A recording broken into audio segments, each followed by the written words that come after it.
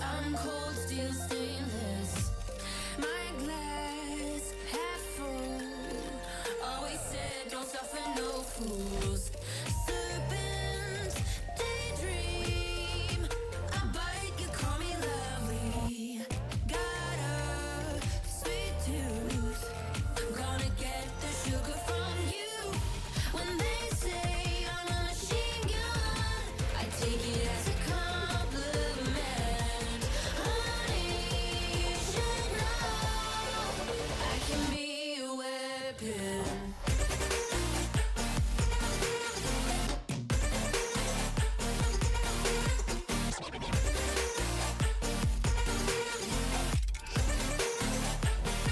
I can be a weapon.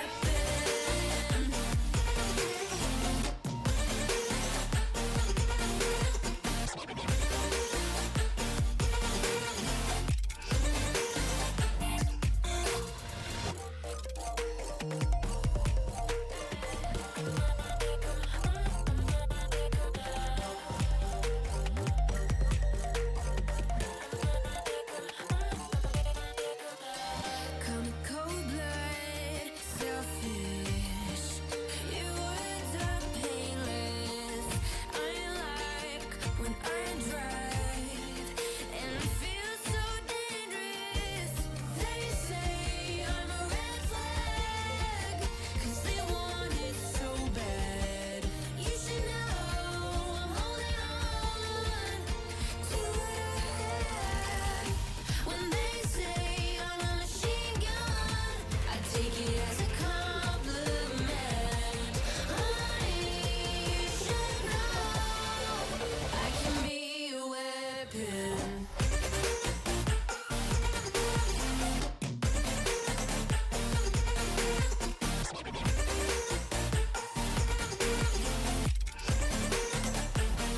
I can be a weapon.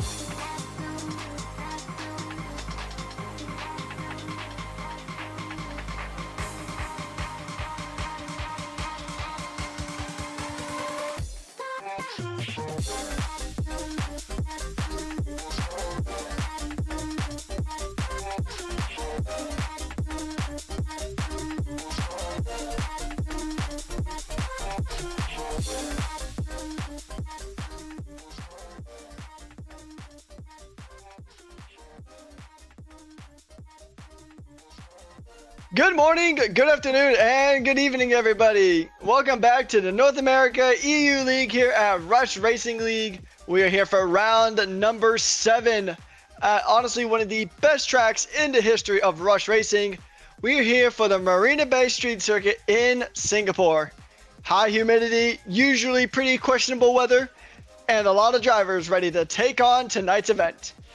It is going to be 30 laps, or sorry, not 30 laps, plus 31 laps around the Marina Bay Circuit, a circuit known for its good racing, tight walls, and even tighter margin of error.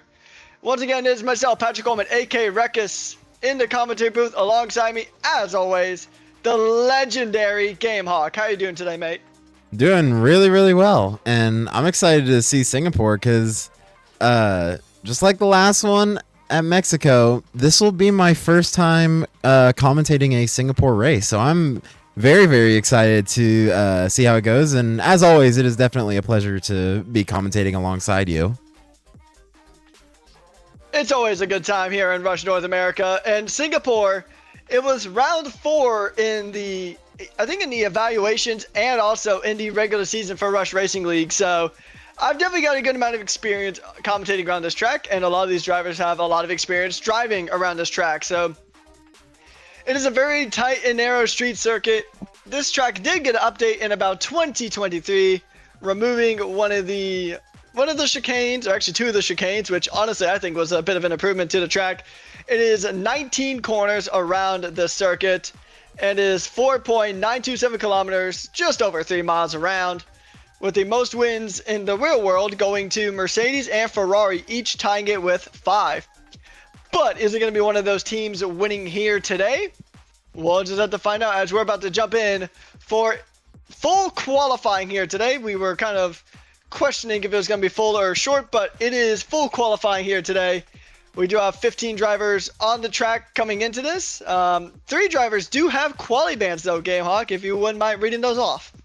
Yeah, so we have 3 drivers who have qualifying bans, and they are currently Nasty Stew in game, Barry FC in McLaren, and I believe also Joshua Bear in the Red Bull as well. That all 3 of them will be serving a qualifying ban so that they will not be able to participate in any of the qualifying sessions. Yeah, and another thing that's going to be interesting too is usually it's P16 through P20 who get dropped out of Q1, but I think Q1, just considering that we don't have a full grid this time around, and even then we have 3 drivers who have quali bans, so they won't partake in the event.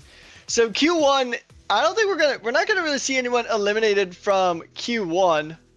So I think it's just gonna be a good time for drivers to kind of practice and get their setups right and just get some good banker laps in to get some of that extra data for today's race.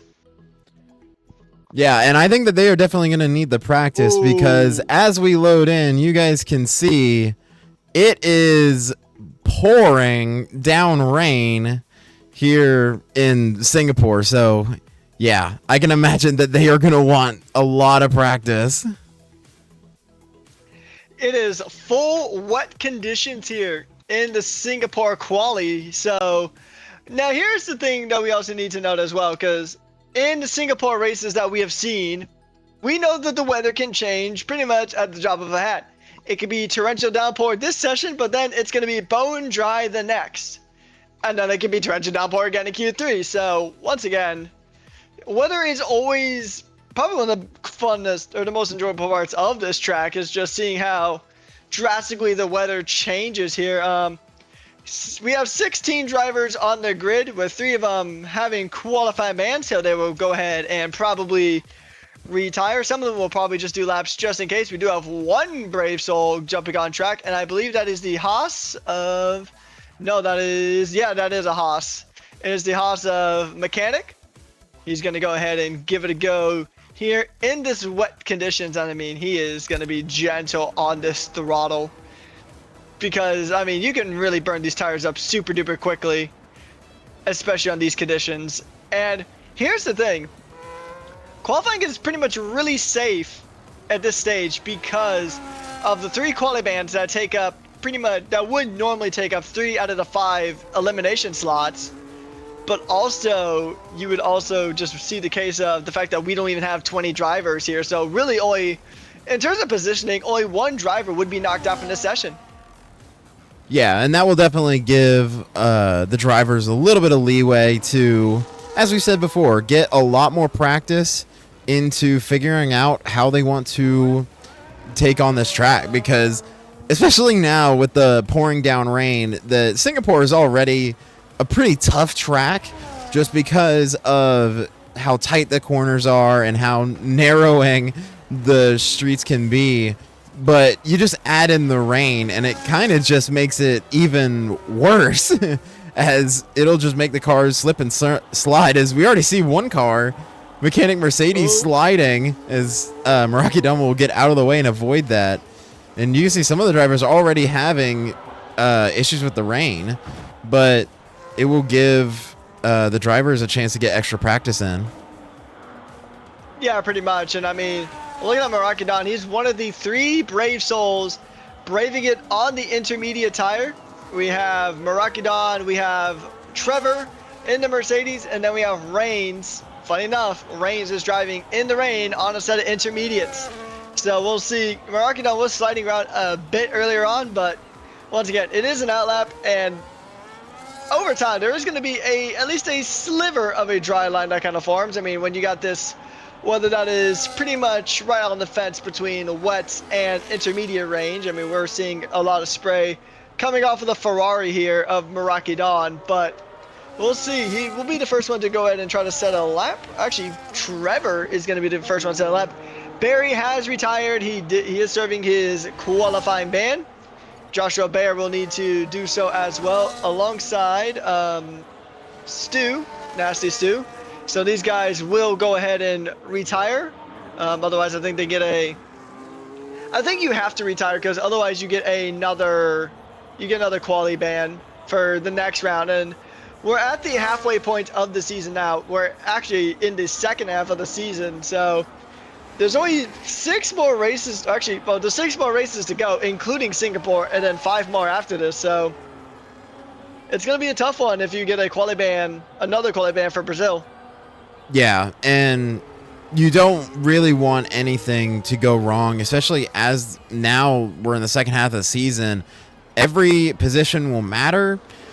All the points will tally up, obviously, and it just becomes kind of more urgent like as the races go on, and the last thing you want is to just create even more urgency because of any qualifying bans or mistakes. So yeah, especially for these drivers, you just want to limit as many mistakes as possible, and I'll be interested to see which one of these drivers will be able to do that for this race and beyond. And we have a penalty.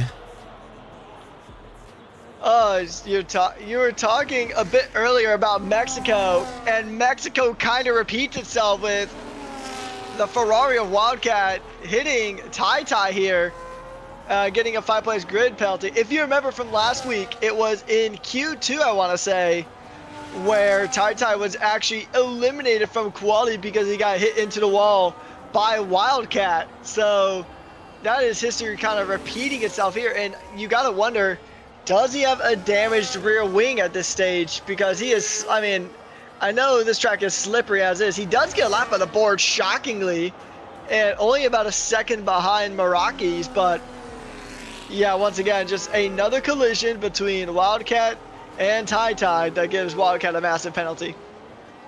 Yeah, and that is definitely not something that you want to deal with. But I will say, going back, originally we were talking about different drivers and how they were using either the intermediates or the wets.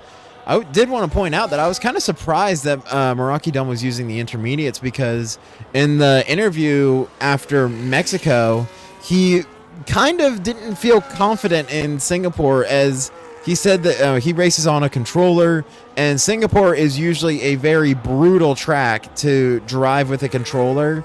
So already, even in the wet conditions and even on the controller with intermediates, so far setting the fastest lap. So I'm curious to see if that will continue, because now you can see originally we only had 3, but I wouldn't be surprised if other drivers start switching to the intermediates as well. Yeah, there's one other on the intermediate right now, with John going ahead and jumping on the intermediates as well. He's on an outlap right now. Quite a few drivers are still opting to run on those wet set of tires. H-Town in the Kick Sauber going ahead and opting for the wet tires, as well as pretty much a majority of the field. Now here's a name that has actually already seen a good amount of fanfare as Merakidan just jumps up the order. The intermediates might be the tire to go on now, just considering that this track looks like there is a solid-ish dry line coming up here. And it did look like the rain has lifted ever so slightly. It's not, I wouldn't say it's full intermediates yet, but I think we're hitting that crossover. Back to the other driver I was going to talk about, a driver who's currently in second place, Robert Kusnarik. I might have mispronounced it, but he's had a lot of fanfare in the Twitch chat. So, and this is the first time I'm seeing this name here competing. So, if it is your first time here, Robert, welcome to Rush Racing North America, and best of luck to you. And right now, he's at a Tai, which we know Tai is currently third in the Drivers' Championship, only behind Umbreon and Meraki. Yeah, and actually, that is a name that I was actually kind of surprised that Umbreon will not be racing today. So that will be very interesting to see, especially when it comes down to championship, because we've pretty much known that it's been Meraki, Dawn, Tai, and Umbreon all kind of fighting in the top 3 to win the championship. So with Umbreon not racing, I'm really curious to see how much of a leap that is going to affect, and see maybe if Tai, Meraki, Dawn can separate themselves and maybe kind of just be their 1-2, and they'll fight for the championship.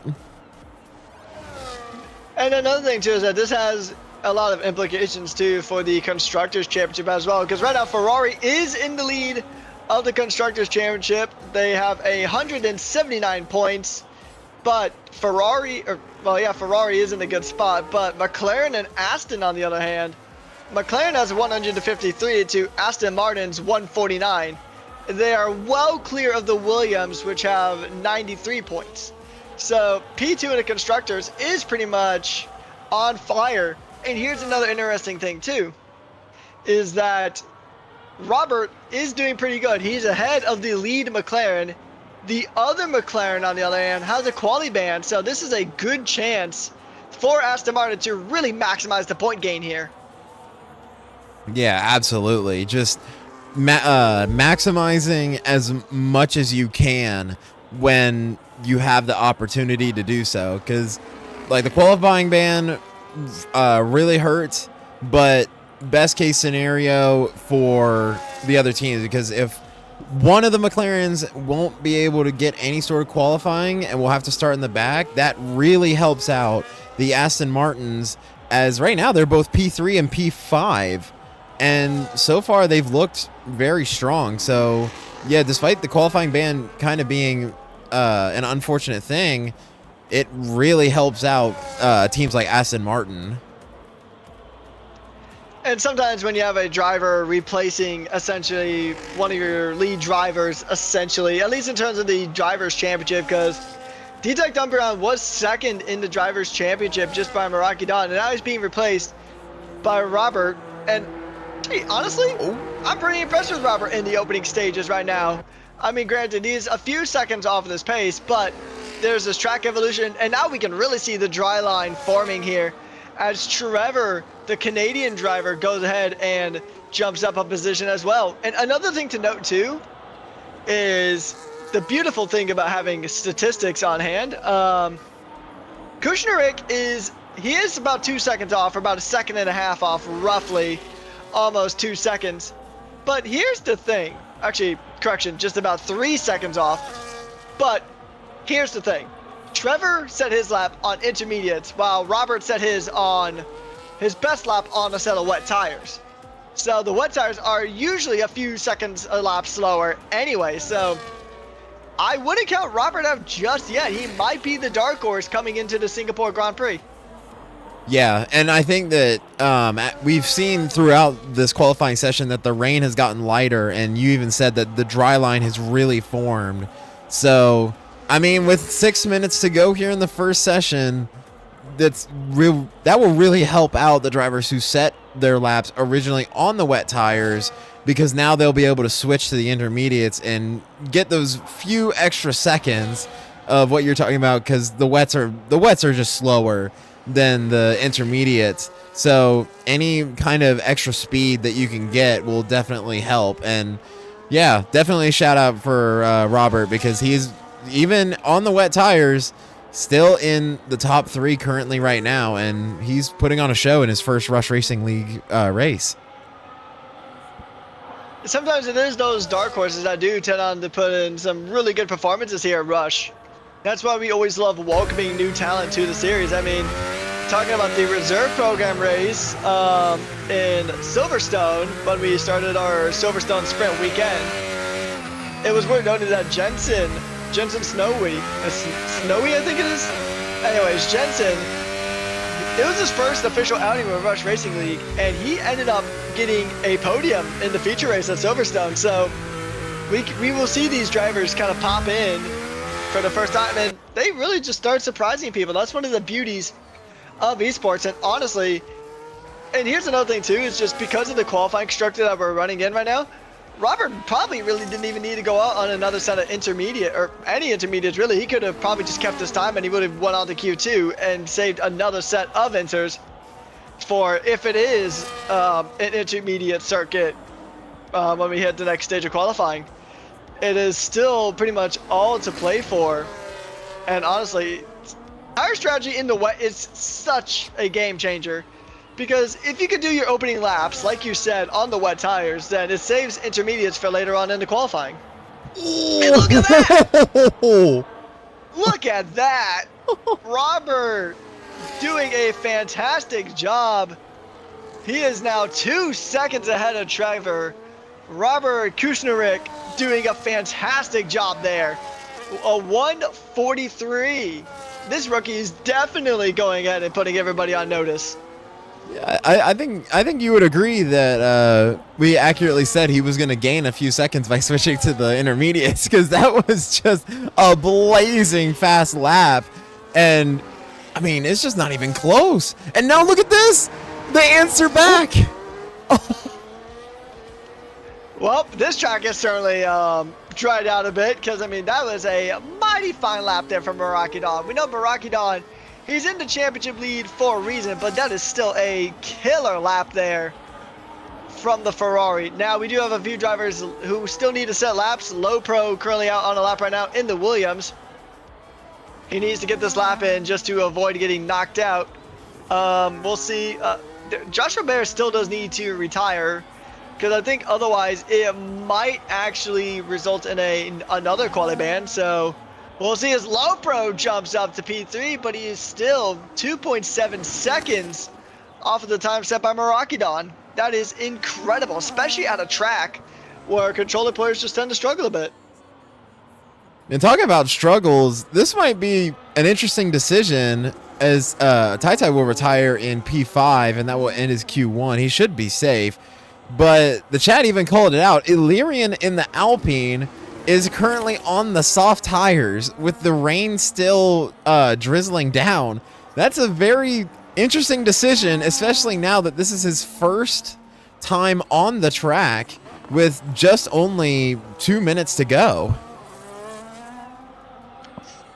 Illyrian has been known as a risk taker. I mean, we saw it last week in Mexico, although it got him hit with a 10-second penalty, but he was pretty quick, and he's known for, you know, thinking a bit outside the box and trying something new. So maybe this Alpine he might be onto something. Although he invalidated his outlap, so I don't think that's going to really go much of anywhere. We'll see if he's going to stay out. He's going to go for another round.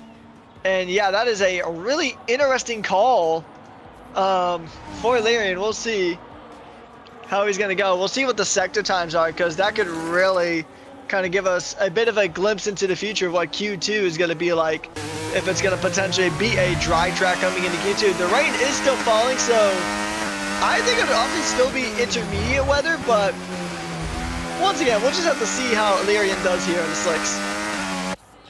Yeah, he is just kind of slipping and sliding all over the place, but he is keeping relatively good pace right now. He says a purple sector 1. So you can see, it looks like right now the risk is paying off going on to the softs. But yeah, and I am curious to see what the rest of the qualifying will look like, because if it rains like this again, more than likely we'll see something like this qualifying session, and we'll see it throughout the rest. But if it goes to dry, I would be really curious to see which teams could or which drivers could get back maybe with a better lap time, because some drivers are better in the rain than the dries, but other drivers are better in the dries than they are in the wet. Yeah, indeed. And here's the thing. I love and hate this strategy at the same time from Illyrian, because on one hand, yeah, you're going to get yourself safe in qualifying, pretty much no questions asked.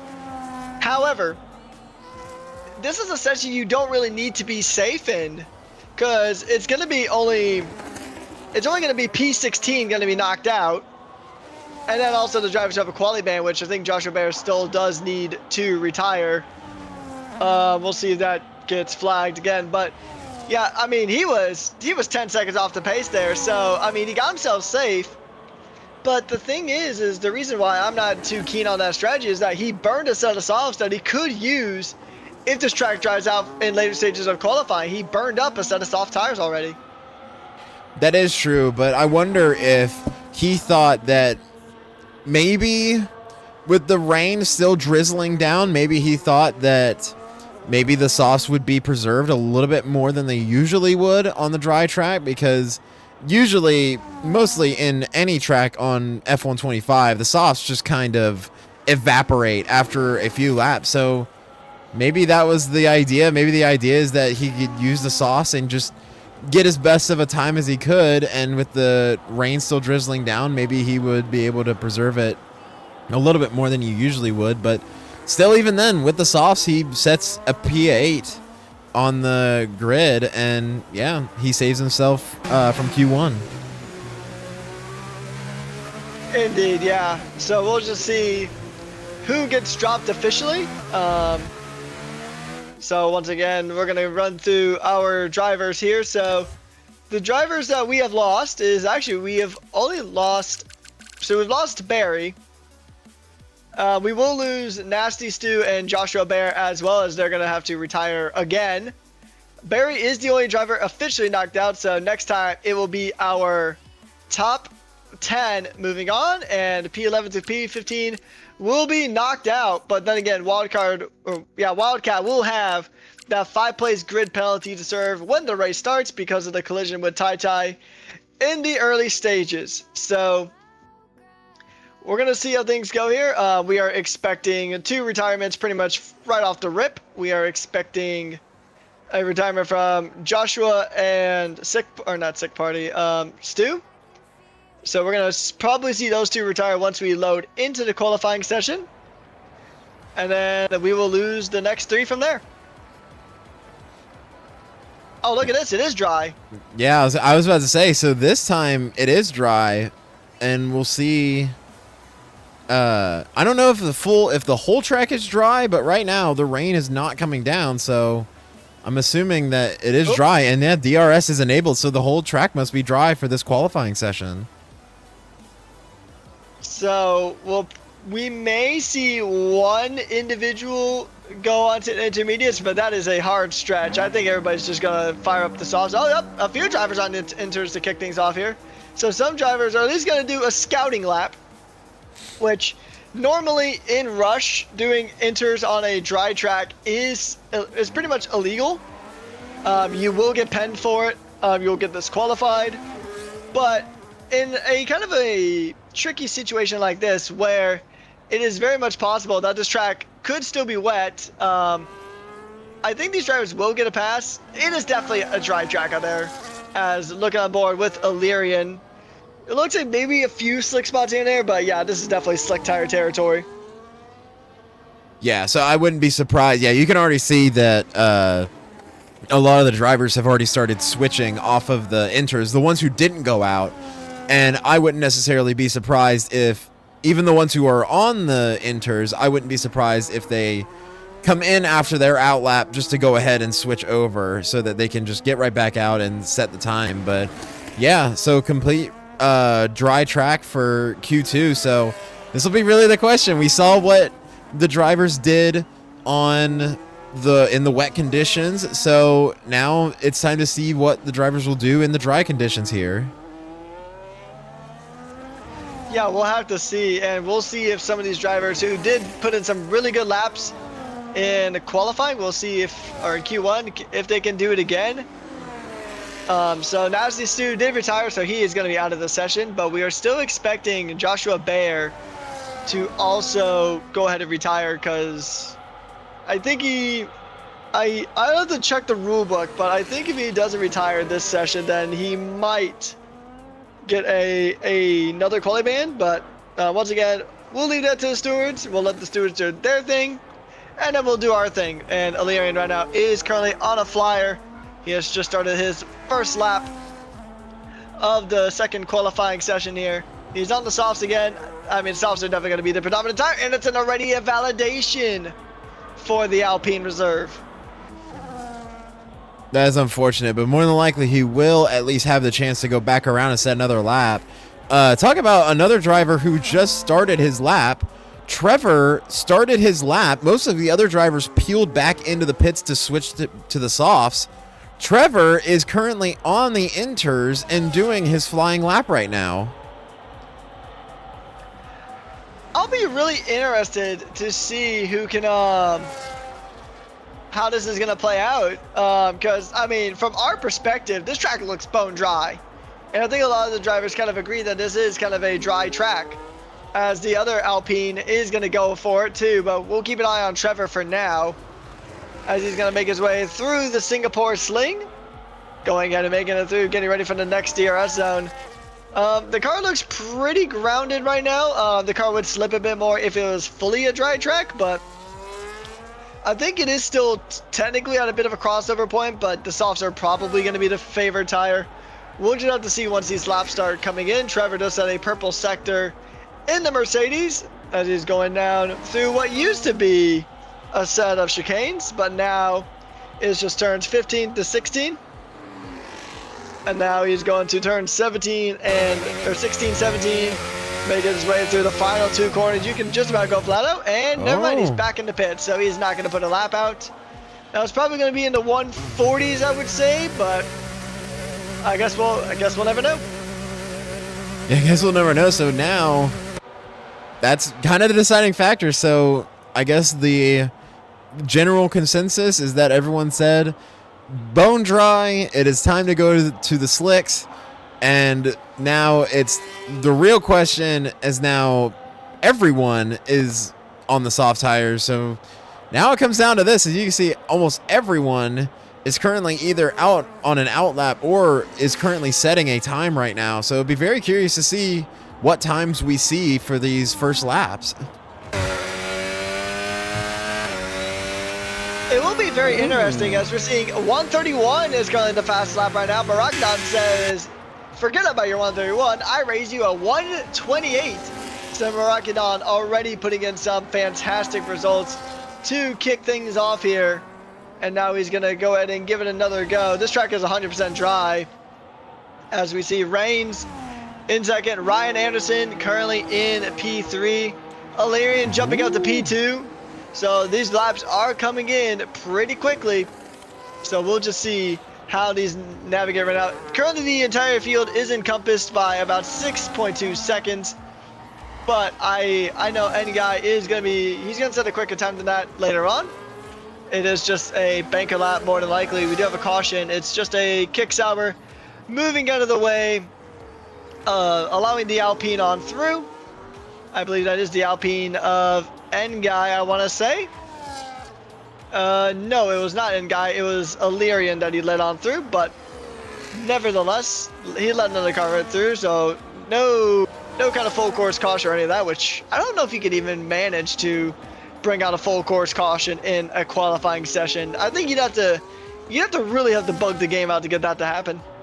Yeah, you would really have to do something crazy to get that to happen.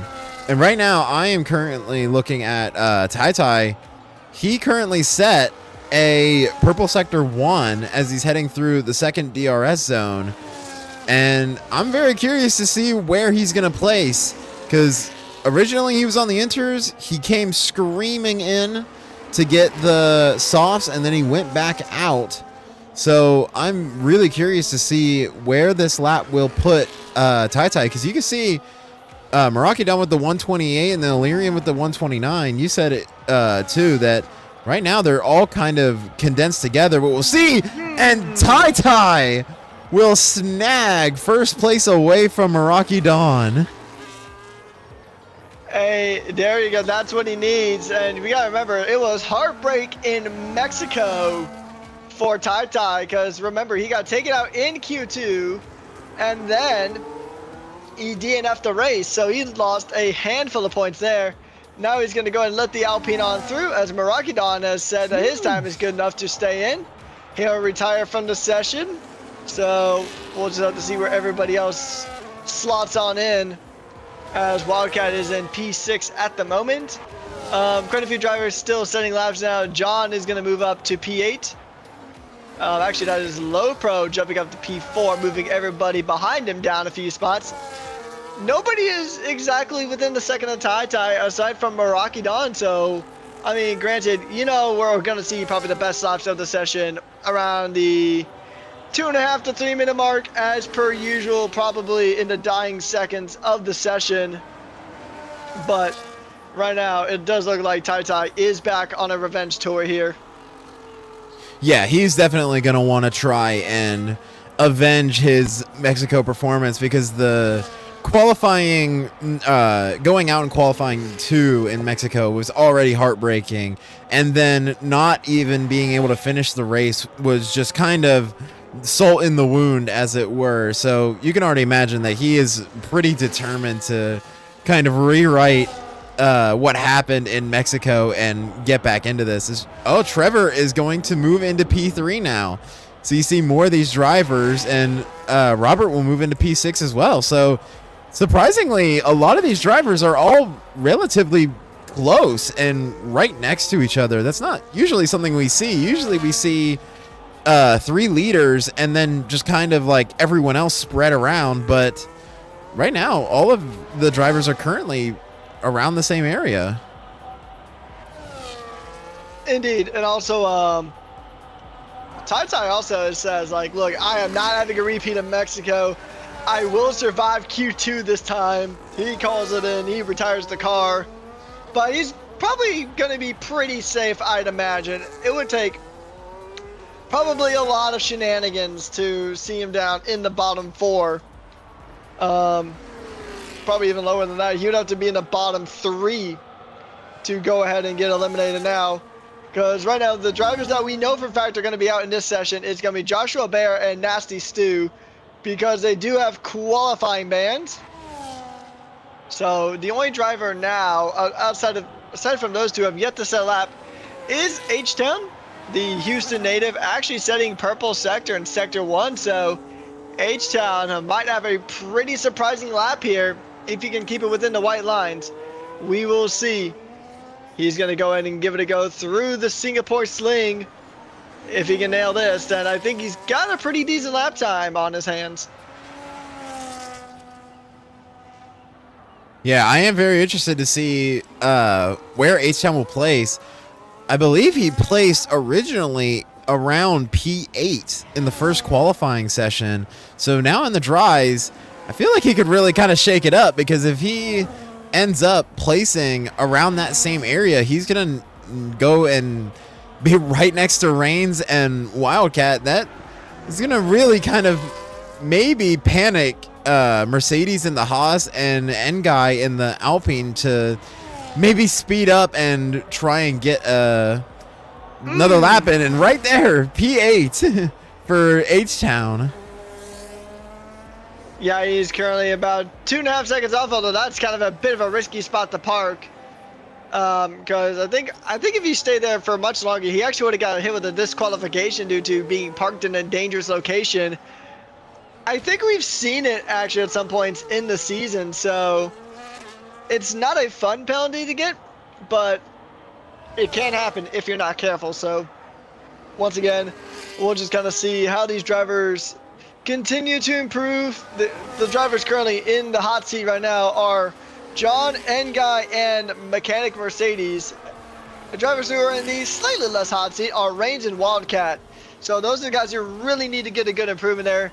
H-Town might be on the cusp of a bit of a danger zone, but I think H-Town is in a pretty decent spot.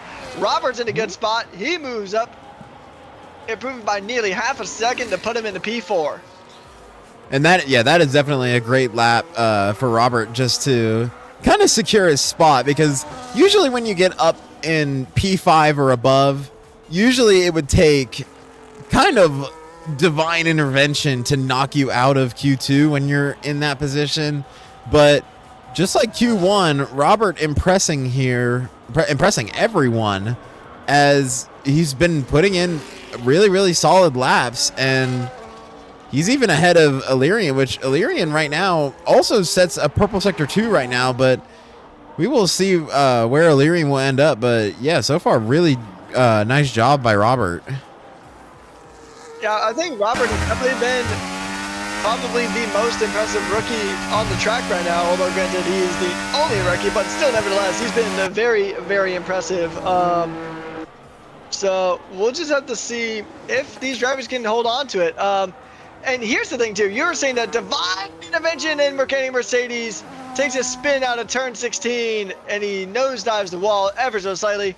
No, there's no damage on that car, but that might be his tires a bit banged up. We'll have to see. But here's the thing too, you were saying that you need divine intervention to get knocked out in this session, especially in this particular session, because you have two drivers that are going to be out by default because of quali bans, being Stu and Bear. So really you only got to worry about P11 to P13, because P14 to 15 are going to already be occupied by drivers who are not allowed to set lap times here. So I mean, it's good to kind of still get that safety net, but I think right now the only places you're going to be in danger is if you're pretty much within that P7 to P9 range, or P7 to P10 range is probably going to be the danger zone. Ideally, if you're P6 and up, you'll probably be safe, but once again, it's Rush Racing League. Anything can happen here. Yeah, absolutely anything can happen. Right now, I am currently watching right in that same area, because you can see Wildcat in P10 and then John in the Racing Bull in P11. You can see how close their times are. And right now, Wildcat is going through through Sector 2 into the second DRS zone. And I'm curious to see if he's going to be able to improve. And he has a Haas right in front of him, and maybe a little bit of impeding right now as he'll go into the next DRS zone. And I don't know how that's going to affect, because you can see how close they all are. So I'm curious to see if that will hurt Wildcat's chances and help John. And it looked like he was actually kind of defending there through that DRS zone. So the Haas not willing to give up his lap. Neither one of them improved, and that is going to be it. Qualifying is done. These drivers will get another lap in. So Mercedes is out. N-Guy and John are probably the last two drivers who could get free from the session. Wildcat's not going to be able to get another lap in. That'll probably go to the stewards.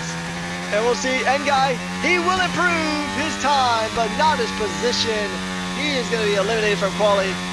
And the only driver now who could eliminate Wildcat does. It is John getting into Q3 by the skin of his teeth. And he will get it done. But I know for a fact that the Haas is going to get sent straight to the steward's room. And another thing too is that this is definitely a qualifying session that Wildcat needed, because here's the thing, he's going to be in P11 in quali, but he has a 5-place grid penalty for Q1, so his race is just going to go from bad to worse before the green flag even falls.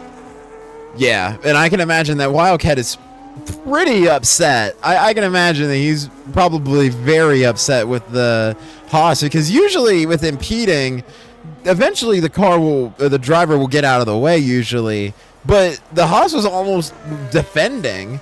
Like, the Haas just didn't want to let Wildcat by, and I can imagine that is definitely going to be overlooked by the stewards, and see what kind of justice will be doled out there. But yeah, definitely not a great qualifying result for Wildcat, and especially with that 5-place grid penalty that just really stings if you're a Wildcat and a Ferrari fan right now.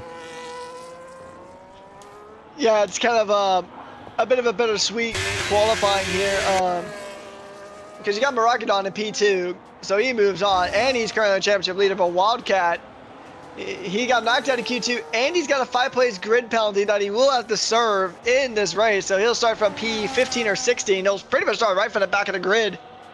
But yeah, I mean, that's going to be a rough one for him. And here's the thing, too, is that we definitely saw that Mercedes, or Mechanic Mercedes, was definitely defending on that quali lap. So I know that's probably going to be a slam dunk penalty. Probably a quali ban, I would assume. Maybe, or some kind of post-race penalty, but he didn't even get out of Q2 either, so he hurt himself and Wildcat, because I think Wildcat was on track to getting out of Q2 here. Yeah, I'm just very interested to see what will result of that. But if you are above there, especially if you're drivers like Robert, you are probably very happy with how your qualifying went. That in Q1 you had to deal with the chaos of the rain. You go into Q2 and it's just all out dry and get the fastest lap, and you're probably very happy with the result. 100%, yeah. And I mean, so the drivers we did lose here in this session, before we go to our final top 10 shootout, we have lost Wildcat, N-Guy, Mechanic Mercedes, Nasty Stu, and Joshua Bear. So those are, and the bottom two did have quali bans, so they will go ahead and start from the back of the grid. Aside from Wildcat, because Wildcat will have that 5-place penalty that he will have to serve. Now, normally, if we had control of the gridding, we would put, I think Wildcat would actually still be able to stay ahead, but unfortunately, we don't have control of the gridding, so that's going to put Joshua pretty much either P15 or 16. I think it is going to put him in 16, so he'll start from the tail end of the grid here. But yeah, I will say that Robert has been mighty impressive in this session, so I think he's definitely going to be a dark horse in this race. Now, can he keep up this qualifying performance in the race? We'll have to see, but before we even get there, we have one more qualifying session left to go. 12 minutes on the clock for the session. It is back to being dry here for quali. We'll see if the race remains dry as well. But here's another thing too that actually really impresses me with Robert at this time. It is Singapore, which is a Rush Racing certified classic, because every race here, like, honestly, I would rather watch Rush Racing League Singapore than the actual Singapore, because there's more action and there's just generally better racing.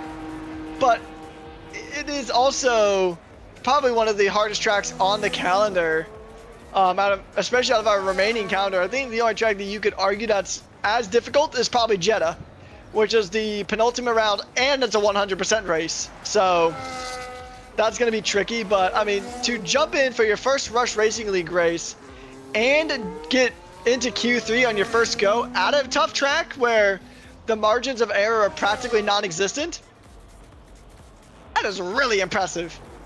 Yeah, that is very, very impressive. And I mean, also, I was going to point this out, but if we also want to look at the constructors and some of the teams that want to keep improving not only individually, but also as a team, both Aston Martins have made it in. So Robert stepping in for Umbreon, who's been mostly the Aston Martin main driver, him and Reigns have both made it to Q3, and shockingly, H-Town and Ryan in the Kick Saubers are also both into Q3. So that is really, really promising for the Kick Saubers, as if they can both get a very, very high placement here in Singapore, that'll really help not only them individually, but also just for the Kick Sauber team as a whole. Is just they haven't really had as good of a season as probably they were hoping for, but this could be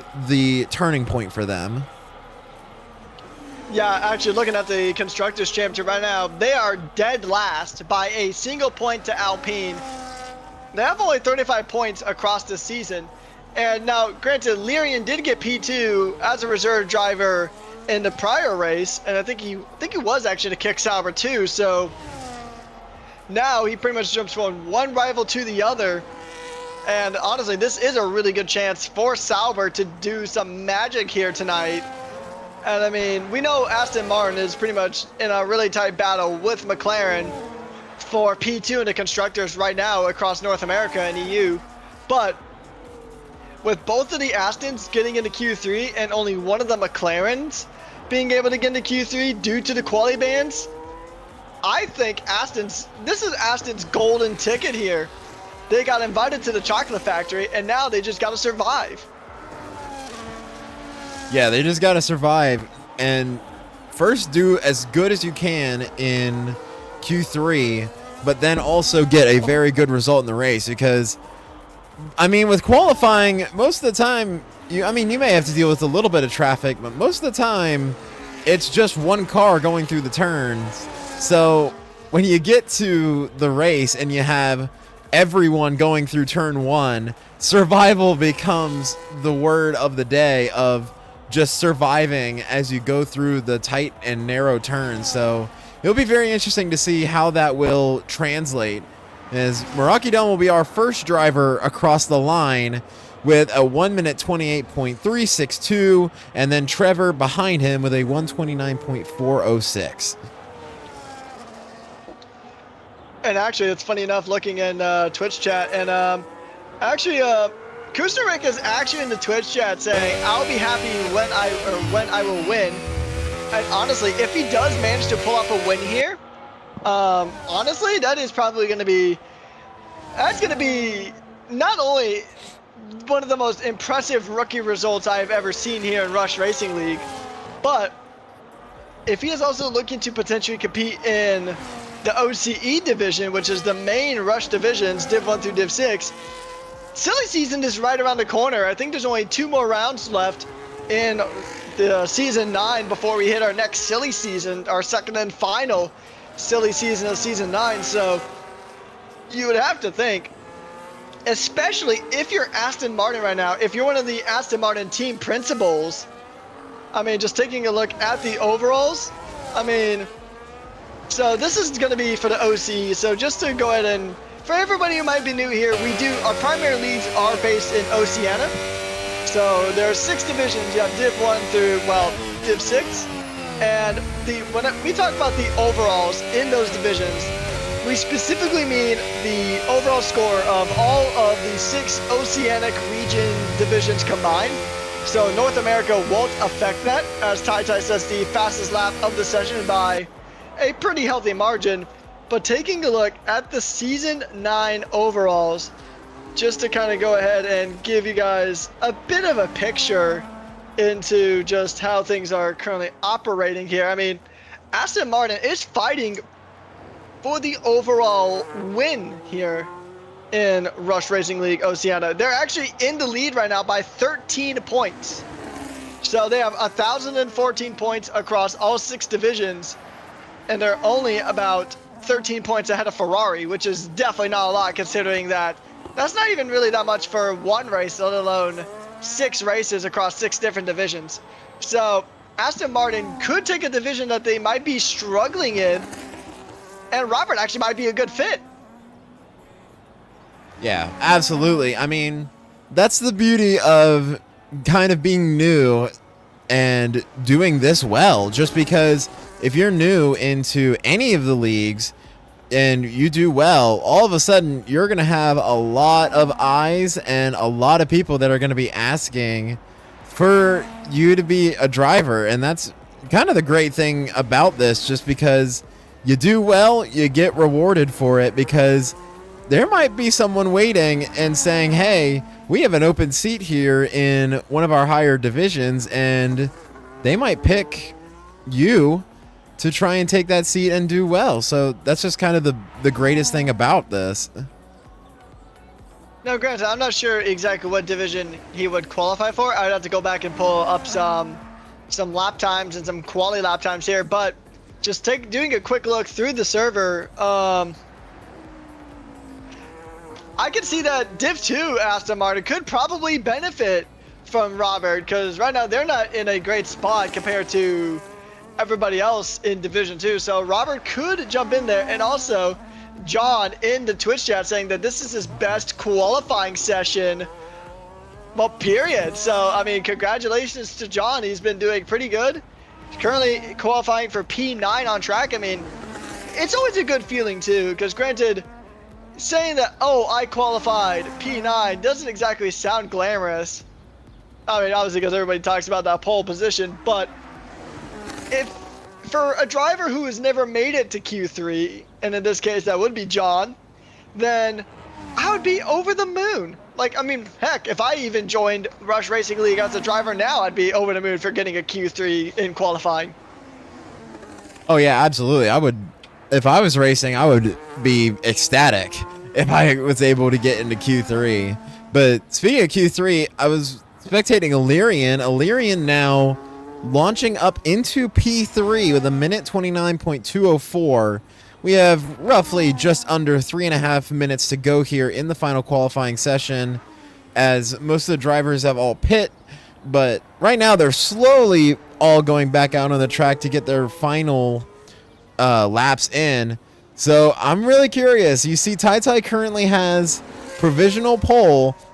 Meraki Don has got an open track in front of him with an opportunity to try and get that pole position back, and I'm very, very curious to see if he's going to be able to. It seems that both Tai, Meraki Don, and Illyrian have been fighting in that top three this entire qualifying session, so I'm really curious to see how will Meraki Don answer. We will see, yeah, because, I mean, pretty much Tai's in third and Meraki's in first, but with the middleman of Umbreon not being here, it pretty much just blows the doors wide open for this. And actually, here's what we're going to do. Gamehawk, I'll let you take Meraki Don's lap, and if Tai goes out for another lap, I'll be on board for his lap. Yeah, so you can see Meraki Don starting the lap right now, going through the first few turns, going around a tight left-hander there. And this will be kind of the tricky one going into turn 5 here. Not a perfect turn. You have a little bit more room to go for and get as much speed. And you can see right now Meraki Don, I think he's doing one more out lap. And you can see he's slowing down now. I think he's warming up his tires for at least one more really fast lap.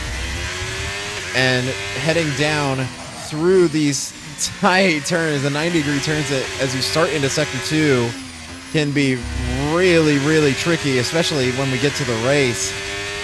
And now we go through, as what Eureka has called it, the sling, the Singapore sling, going through these tight, winding turns.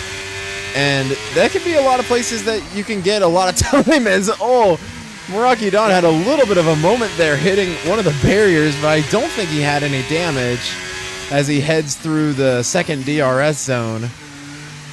That almost was a close call as you inspect his car. Yes, he doesn't have any damage. He got very lucky there. As now he'll head into... Yeah, he'll head into the third DRS zone.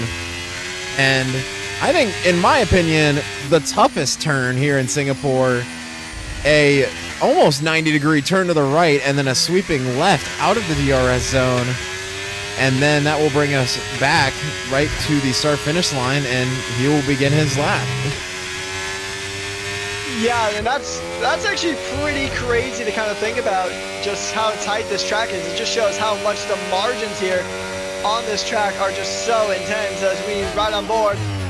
With the provisional pole sitter up Tai having a bit of a snap going over the curves now as he's making his way through the track.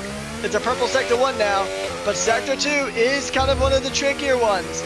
So we'll see if he can go ahead and manage it here. He's entering now the Singapore sling. Oh, he's into the wall, straight on into the wall. And that is his qualifying done and dusted. Meraki Don, it's now up to Meraki Don to kind of see what he can do. I think from the way he was just kind of grinding into the wall, I think he might have had a pedal stick.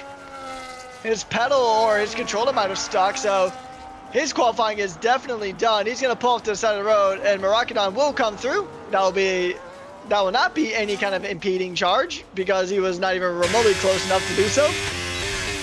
Meraki Don setting that purple second sector now.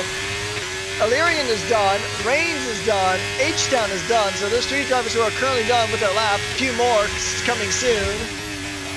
Now that is Low Pro. He's done as well. So we'll see if Marakadon can improve. He's fighting that Ferrari through the last couple of corners. He's going to come across the line. Is it going to be pole? It is not going to be pole position. He doesn't improve on his time. Tai survives, but there's still a few drivers on the track left to go. Trevor will be the next one up. Actually, I think it's John who's actually the next one up to potentially go ahead and get it. Ryan now coming to the last couple of corners as well.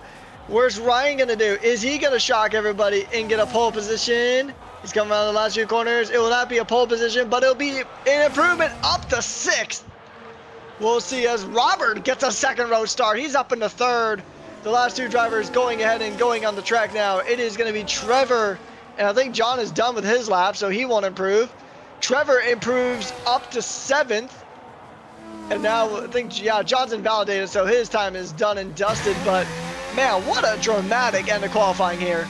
Yeah, that was a very dramatic, and especially concerning Tai, and I kind of agree with you. I'm not entirely sure if that was on purpose or maybe like the pedal got stuck, because it looked like he was ready going into that turn, but then it just kind of stuck, and then he went into the wall. But yeah, what a crazy end to qualifying. Yeah, we'll just have to see. But once again, running through our top 10 here before we get into 31 laps of Singapore, it is Tai to Marakadon to Robert Kushnerik. And then is Illyrian, Low Pro, Ryan Anderson, Trevor, Reigns, H-Town, and John rounding out our top 10 here. So a few new faces in the top 10. We'll see how they do. But here's the thing. As we said before, qualifying is one beast. The race here at Singapore for 31 laps is another one entirely. Yeah, because like we said with qualifying, originally it will be, usually for qualifying, it's one car going through turns. Now you're going to have everyone piling into turn 1. So now it's going to be a very interesting scene to see which ones and which drivers will survive turn 1. Indeed, yeah, we'll just have to see how it goes here. There's always going to be some kind of drama in Singapore, because I mean it is essentially one of the most I would say prestigious races, but it's definitely one of the highlight races that Rush puts on in all divisions. Like, everybody really looks forward to Singapore just because Singapore is such a highly regarded track in the Rush community. So I think in general it is going to be a really fun race, but it's also going to be a very, very, very tricky. So we'll just have to see how this goes. We are just waiting for the drivers to finalize their setups and finalize everything before we jump into the next round of the racing here in Rush Racing League North America and Europe. Season number 5, round 7 is about to get underway, and here we go. We're about to kickstart the second half of the season in style, under the floodlights in the original night race. And it's lights out, and away we go here in Singapore. Meraki got a very good launch up the inside. He's going to take the position to 2. Tyler Adams have a bit of a touch and go moment. There's a good amount of contact, and they're both off. They're both off the track, getting really into it. And it is drama from the get-go. Illyrian will inherit the lead. Robert is going to take P2. And the 2 championship leaders down at 5th and 7th now, Gamehawk. That was absolutely crazy. As we talked about turn 1, and look at what happened. It kind of looked like both of them going into turn 1 were just fighting for the same amount of space, and then just kind of both of them got punished as they kind of locked wheels and then went out of the way, and Illyrian and Robert able to just steal away P1 and 2.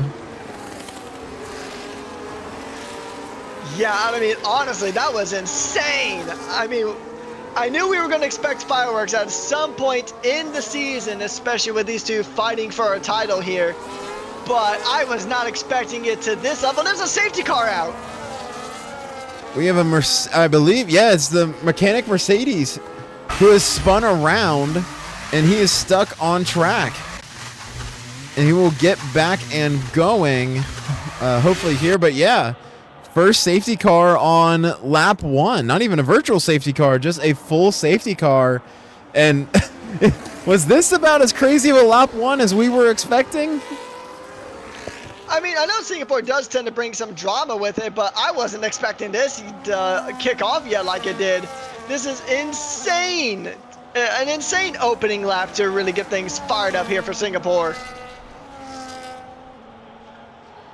So now I guess as we wait for the drivers, you see all the drivers will catch up to the safety car, and it looks like some of them will be pitting, as Nasty Stu will get a 10-second time penalty for speeding in the pit lane. Oh. But so far, we can just go ahead, and as they line up, we can talk about strategies here. So far, an even split, it looks like, between either going for the medium compound or the hard compound. Yeah, that's interesting. I mean, that's typically the go-to kind of strategy here in Singapore. You would normally want to go for a 2 or 1 stop. You'll either start on the hard or the medium. The softs aren't usually a factor here. We're seeing some of these drivers run the softs. Talking about drivers who have made some moves here, one of our drivers who did have a quali ban to kick things off, Barry, he's on the hard tire, but he's up into 10th already, so he's already moved up some positions, ready to help in McLaren's pursuit of keeping that P2 away from Aston Martin. Yeah, and I think another driver we can actually be surprised with is the kick Sauber of Ryan Anderson. And he already is up into P4 as well, along with some of the other leaders that Illyrian and Robert inheriting the lead. But that also meant that Ryan was able to make a move as well, and he's up into P4. So already a lot of moves up and down the grid, as we've seen just several incidents that have really changed the layout of this race. Yeah, and honestly, a lot of them we were just not really expecting either. I mean, Singapore does usually breed chaos. It is one of those types of tracks. It's tight, it's narrow, and it's a street circuit, so you're going to obviously not have a lot of room to get overtakes done. And honestly, I was expecting the safety car to kind of start up when Tai Tai and Meraki Dawn, the 2 championship protagonists, had their issue early on. But yeah, Mechanic Mercedes is not really having a great run of things here to kick things off. He didn't really have the greatest of qualifying. He'll probably get investigated after the race for impeding Wildcat. And but Wildcat's kind of nullified his quali, as he is now up into 11th from where he started. So kind of negated that quali incident. But once again, it is early stages here. We're only on lap 3, and it'll be lap 4 at the earliest by the time we actually get going with racing here. That just kind of makes me curious about what else we're going to witness here in this race. I mean, the incident was lap 1 that brought out the safety car, like almost directly at the beginning of the race. The safety car came out. So that really makes me wonder about what else are we going to witness here in this race. Is we still got so much racing left to do here. Yeah, I mean, Singapore is a track that is just kind of known for this type of thing. That's why it's kind of a certified rush classic, is that it is tricky, it is dangerous, but it's so rewarding to win as well, especially because, as you saw in qualifying earlier, the weather can just be bipolar essentially. It's almost like Florida weather essentially, where it's actually, this place does have a lot of similarities with Florida. I mean, and something that the drivers thankfully don't have to deal with is really high humidity. This track is one of the hottest tracks on the calendar. But yeah, it's a tricky track. Tough to get overtakes done, but it's really a race where patience is such a key factor here. Waiting for a good opportunity to make moves happen, and also waiting to not ignore the yellow flag, as there's a 10-second penalty for Nasty Stu. Yeah, another penalty for Nasty Stu, another driver who hasn't really had a great year so far. And the lights are still on, so it looks like, yeah, we're doing one more lap here in the safety car. So it looks like we'll be restarting the race now at the earliest on lap 5 so far.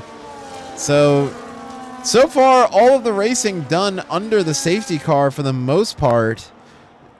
do you have any sort of predictions for the strategy? Because with an extended safety car, and especially with maybe an impending threat of more safety cars, do you think that will really factor into what the drivers want to change, especially concerning tire wear and strategy? I will say that we're not going to see anything radical change. We're going to see... We'll probably see some tire changes. Some drivers might want to stick, and a driver at a superstar qualifying having the opposite in the race. John will retire in the pits after getting that 10-second speeding in the pit lane penalty. But, I mean, I think just in general, we're going to see stints extended, but that's probably it. I'm not expecting us to see any radical changes. Like, nobody's gonna suddenly turn this into a two-stop race. Like, for the drivers who are currently on the hard tire right now, we're not gonna expect them to dive on into the pits and do hard, medium, medium. I don't think that's gonna be the case, but I think these stints are gonna be slightly extended. Yeah, it will be certainly interesting to see how that will affect, because I don't expect anything to change as well, especially concerning this one. I don't think this safety car, as they say, safety car will be in this lap. I don't think it will affect us as much, but I do think that a safety car would become a much bigger factor if that safety car comes out much later into the race. Yeah, I think it's just the fact that, and the main reason why I'm saying I don't think it's going to be a factor really at this stage of the race is because it is so early on in this race that it's really not going to change a lot. I mean, it's really just, all this is going to really do is just extend the stints, because really these drivers haven't really burned up a lot of tires. Illyrian is going to lead us back to green. He wanted to win last week, and he got a mighty good launch to go ahead and kick things back off. As we're back to green flag conditions here in Singapore, Illyrian got a massive launch that he needed there. Yeah, he absolutely did a fantastic job getting to the line and getting that huge launch. He's already 1.3 seconds ahead of Robert. And for this lap, after the safety car, there is no DRS, and the DRS will be activated in the next lap. So I'll be really curious to see how these drivers are going to consolidate their positions and try to prepare themselves for overtakes. Yeah, I mean, right now, Illyrian is doing everything he needs to do on that medium set of tires. He is just cooking. He is already about almost 2 seconds ahead of Robert, which, I mean, Robert being up there in P2 is still really impressive himself. He started in third. He dropped back a bit, but then when the incident happened between Time and Rocketon, it really just kind of made things spread out, as Mechanic Mercedes is still just kind of, oh, this is dangerous. He is stuck there. He's ghosted, but he's going to give code round to quite a few of these drivers as they make their way through. Maybe a pileup potentially. No, there isn't. That's a good thing. I thought there might have been a pileup there potentially, but yeah, I mean, we've had sessions in the past. We've had sessions red flagged, and as Mercedes just drills it straight to the wall, it brings out another safety car. So Mechanic Mercedes purposely driving straight into the wall, and it brings out another safety. So another safety car there, and I can imagine that a lot. I think if anyone is more frustrated with it, I think Illyrian is probably fuming right now with having another safety car, especially after the insanely good launch that he had, and now he has to go through it again and try and get another good launch, and that's not something you want, as now Mechanic Mercedes will finally retire from the race and be our second retirement. Yeah, I mean, he just straight lined it into the wall and brought out another safety car, so I'll be really curious to see what the admins decide on that one. I think that is something that they could be penalized, but I don't know exactly, so just take that with a grain of salt. But it would really be a problem if he had a teammate in this race and his teammate was directly benefiting from the safety cars. I mean, that would definitely be a crash gate type situation here. But seeing that is the only Haas on track, I don't think it will be seen as such. But I mean, who knows? It's definitely going to have to get investigated by the admins to see if there was anything wrong. It did look like he just kept the throttle and it just plowed straight into the wall, which pretty much brought out the safety car yet again. Yeah, so now with another safety car out, I wasn't necessarily planning on a second safety car happening directly after we talked about it, but you can see several drivers did peel into the pits for the second safety car, and especially the biggest names being Trevor, Tai and Wildcat. Wildcat switched off of the hards and onto the mediums, and Tai and Trevor went off of the mediums and onto the hards. So what do you think is kind of the strategy and the idea behind it now, pitting on lap 6 to switch? I mean, that's an interesting idea. I think the tires are just going to burn out too quickly. Honestly, I think the tires are just going to give out sooner rather than later. So I think he might be trying to get two-stop, but I mean, considering the fact that there is probably at least a potential for another safety car to come out, I wouldn't be too surprised if that's what those drivers are banking on, because those tires are not going to last for that long. I mean, they can, but they're going to be on fire. They're going to be screaming the potential of a puncture coming out as well. So it's really just not the most sound strategy call in my opinion, but it could have some legs if there's another safety car, especially later on into the race.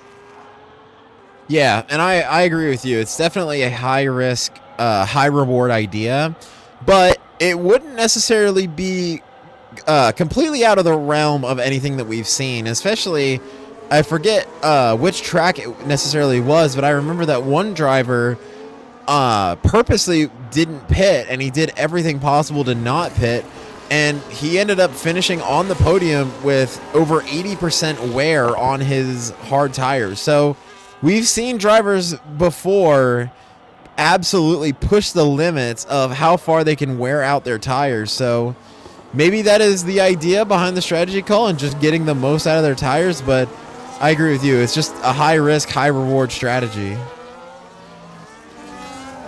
Yeah, I 100% agree. It's a risky call, but it's a risky call that could work. And that's the crazy thing about it, is it has potential to work. So the lights are still on the safety car. They haven't been extinguished just yet, so there is still potential that we're still going to go on for another lap or so under the safety car, and we'll just have to see how this goes. We're going to definitely get another lap of safety car, and then it'll be lap 9 by the time we get back going here. This has been a very long Singapore, but here's the thing though too, right?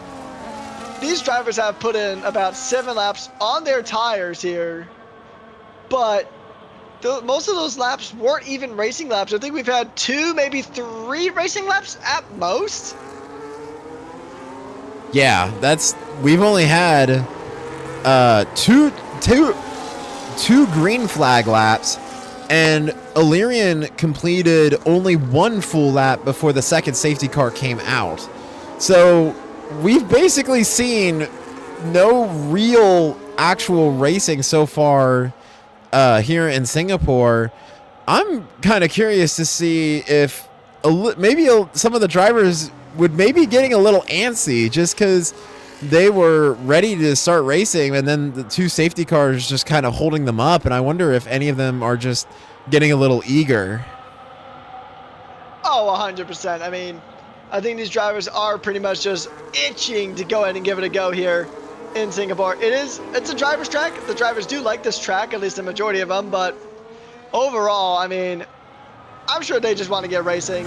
I mean, we know how drivers are. They just want to get things on the road.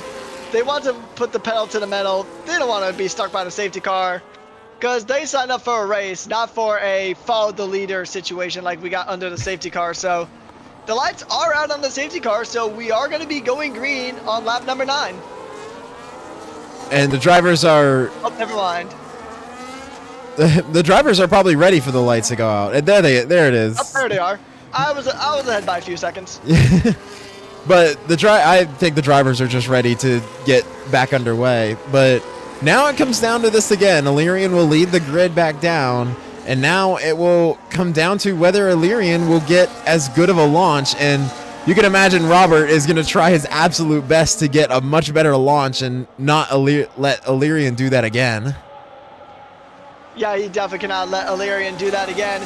He doesn't want to be caught napping for a second time here, because we know Illyrian, he's got the pace. He can be a very quick driver on his day. We saw it in Mexico, but it doesn't look like he would catch Robert napping twice. They are back racing. Looks like him and Robert caught everybody else napping, though, as they got a very good launch going down into turn one. It is back to green flag conditions once again here in Singapore. Hopefully we'll be able to keep them green all the way to the end of lap 31 when that checkered flag comes out.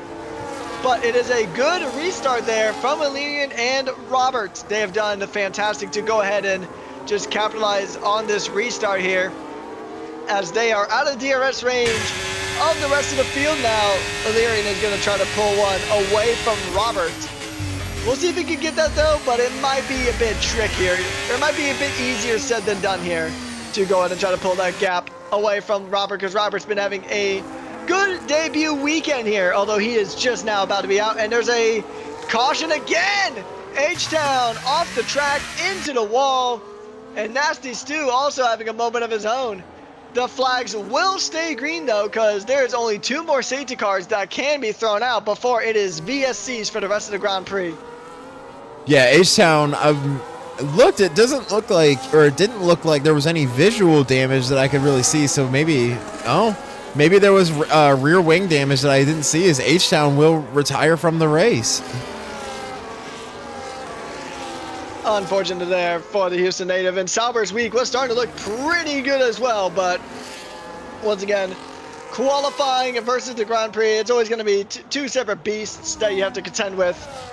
But, and I mean, actually, just hearing it from John himself, that's why he retired earlier too, because John had rear wing damage on his Racing Bull. So rear wing damage isn't entirely too surprising, and it's not down to the drivers having a lack of skill. It's just because of how tricky this track is. Now with some tracks, there's a good amount of runoff, you know, so if you go off the track, you have some kind of recovery. You may end up in the gravel. You may add to the McLaren rally memes that we've been kind of joking about over the last couple of weeks. But on this track, it's just walls. So one slight mistake, you're going to damage something, whether it's a front wing, a rear wing, your floor, your talent. Something's going to get damaged one way or another.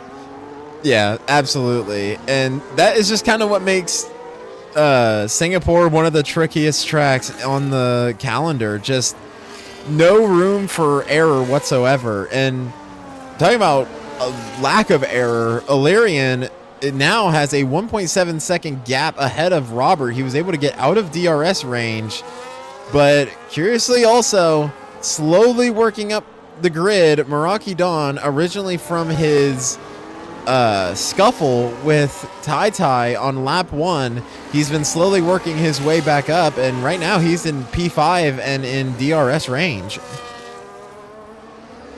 He's definitely had a pretty good recovery drive here, but we have to remember, Tai Tai is on a set of tires that, granted, they're going to be begging for mercy by the end of it. These tires could theoretically go to the end of the race. Meraki Dawn does still need to pit in, as Tai Tai is going to go in and try to get a move done on the Trevor. He's got the speed and he's got the move, and now it is his teammate just up the road, and I don't think his teammate's going to fight it too much considering the championship, but we'll see. I mean, there's sometimes where teammates do come together. I mean, how many times have we seen Reigns and Umbreon just about come together here in North America? Yeah, and it wouldn't be the first time that we would see 2 McLarens fight each other, as he will get the move done past his teammate. And that pass is a little bit cleaner than the McLaren pass that we saw in the real life race at Singapore, but Tai Tai was able to get it done and just get past, as still within DRS range of Reigns, who's now in P6. So now Tai Tai is climbing very fast. So now I feel like if you're Meraki Dawn, there might be a little bit of urgency. Right now he's kind of stuck in a DRS train, as not really anyone's able to make any sort of passes right now. Under regular green flag conditions, as TyTy is going to try to fight around the outside of Reigns, but it is not going to happen this time around. Maybe on the next DRS zone, he's going to have DRS, he's going to have the speed, and he's going to have the position. He'll get one ahead of Reigns, which is going to do good for McLaren in the Constructors' Championship. But another thing to note here, too, is that if this was a situation where there was no safety cars and it was just green the entire race, these mediums would be pretty much right at the beginning of their pit stop window to potentially want to switch onto the hards, potentially. I mean, it'd be a bit early on that spectrum, but this would be a point where the mediums would begin their fall off here. But considering now that we've probably really only had 4, maybe 5 racing laps at most here in the Singapore Grand Prix, the mediums are still well within their lifespan, because, like I said earlier, during the first safety car was gonna help extend the stint. The second one helped it even further, just because you really only burn up about 50% of the tires that you would burn up during safety car conditions. So you pretty much have 50% less tire wear per lap under safety car or VSC conditions. Yeah, and I think if anything, that really just helped those who are on the mediums and are leading the race, because that basically means that you have a little bit more to play around. As I'm not entirely sure. It looked like there was, yeah, the first drops of rain have started to fall. Oh boy, I see it, yes. I mean, yep, here we go. Welcome to Singapore, ladies and gentlemen. Ooh. The rain is here. Had a little bit of a Ooh. moment there as Lopro able to squeeze by Robert, almost forcing him off. As now look at this, all of the drivers are peeling into the pits, as all of them are immediately going. Look at this. Ooh. Look at that. I have never seen a drag race in the pit lane. How on God's green earth did none of them get a penalty? I have no idea. I mean, you can see them literally like racing each other like a CSR2 in the drag lane or in the pit lane. There might as well be a drag lane at this point. Yeah, that was absolutely insane, as everyone sees the rain and just immediately peeled in. I'm with you. I don't know how in the world none of them got penalties. That was absolutely crazy. But now somehow they are all back out with inters, as Ryan Anderson will lead the group that did. So now the question becomes, if you're Illyrian, the leader, when do you peel in for intermediates? Did you peel in right now, or maybe get at least maybe another lap in? Yeah, I don't know. I mean, Meraki is at a low pro, so he's got pace on those hard tires still, as low pro having a bit of a slip and slide through the Singapore sling. But yeah, they are losing so much pace on this tire. It is, yeah, I mean, it's going to be this lap. These drivers are going to pit in this lap. There is no ifs, ands, or buts about it. And I mean, you can just see that it is being so ginger on the throttle. Just being so ginger on the throttle there. Also, it is worth noting that your theory was correct earlier on, Game Hog, that H-Down did retire due to rear wing damage. He got tagged by Joshua earlier on, so that will probably be under review from the stewards. And man, the stewards are gonna have a busy night tonight, aren't they, here, Game Hawk? Yeah, they're probably not going to be as happy with us, as because we keep calling out different incidents that they're going to review. But yeah, just absolutely busy night, as Illyrian and Meraki Dawn will pull in, Low Pro will pull in as well, as Wildcat is spinning and there's contact. Oh no! There's a whole big pile up, but TyTy was able to squeeze around, as that could have been very, very bad, but somehow they all kind of get away out of it with no damage.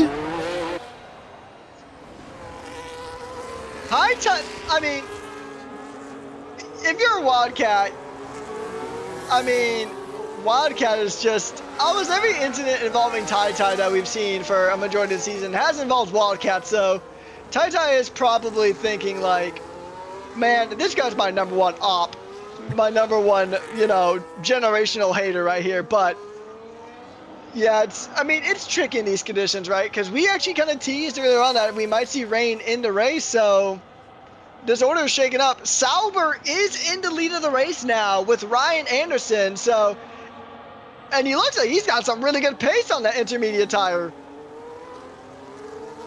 Yeah, it looks like, I mean, this kind of goes back to the original qualifying because I think the fact that it did rain in the first qualifying actually was kind of like a gift in disguise because that gave everyone practice for this.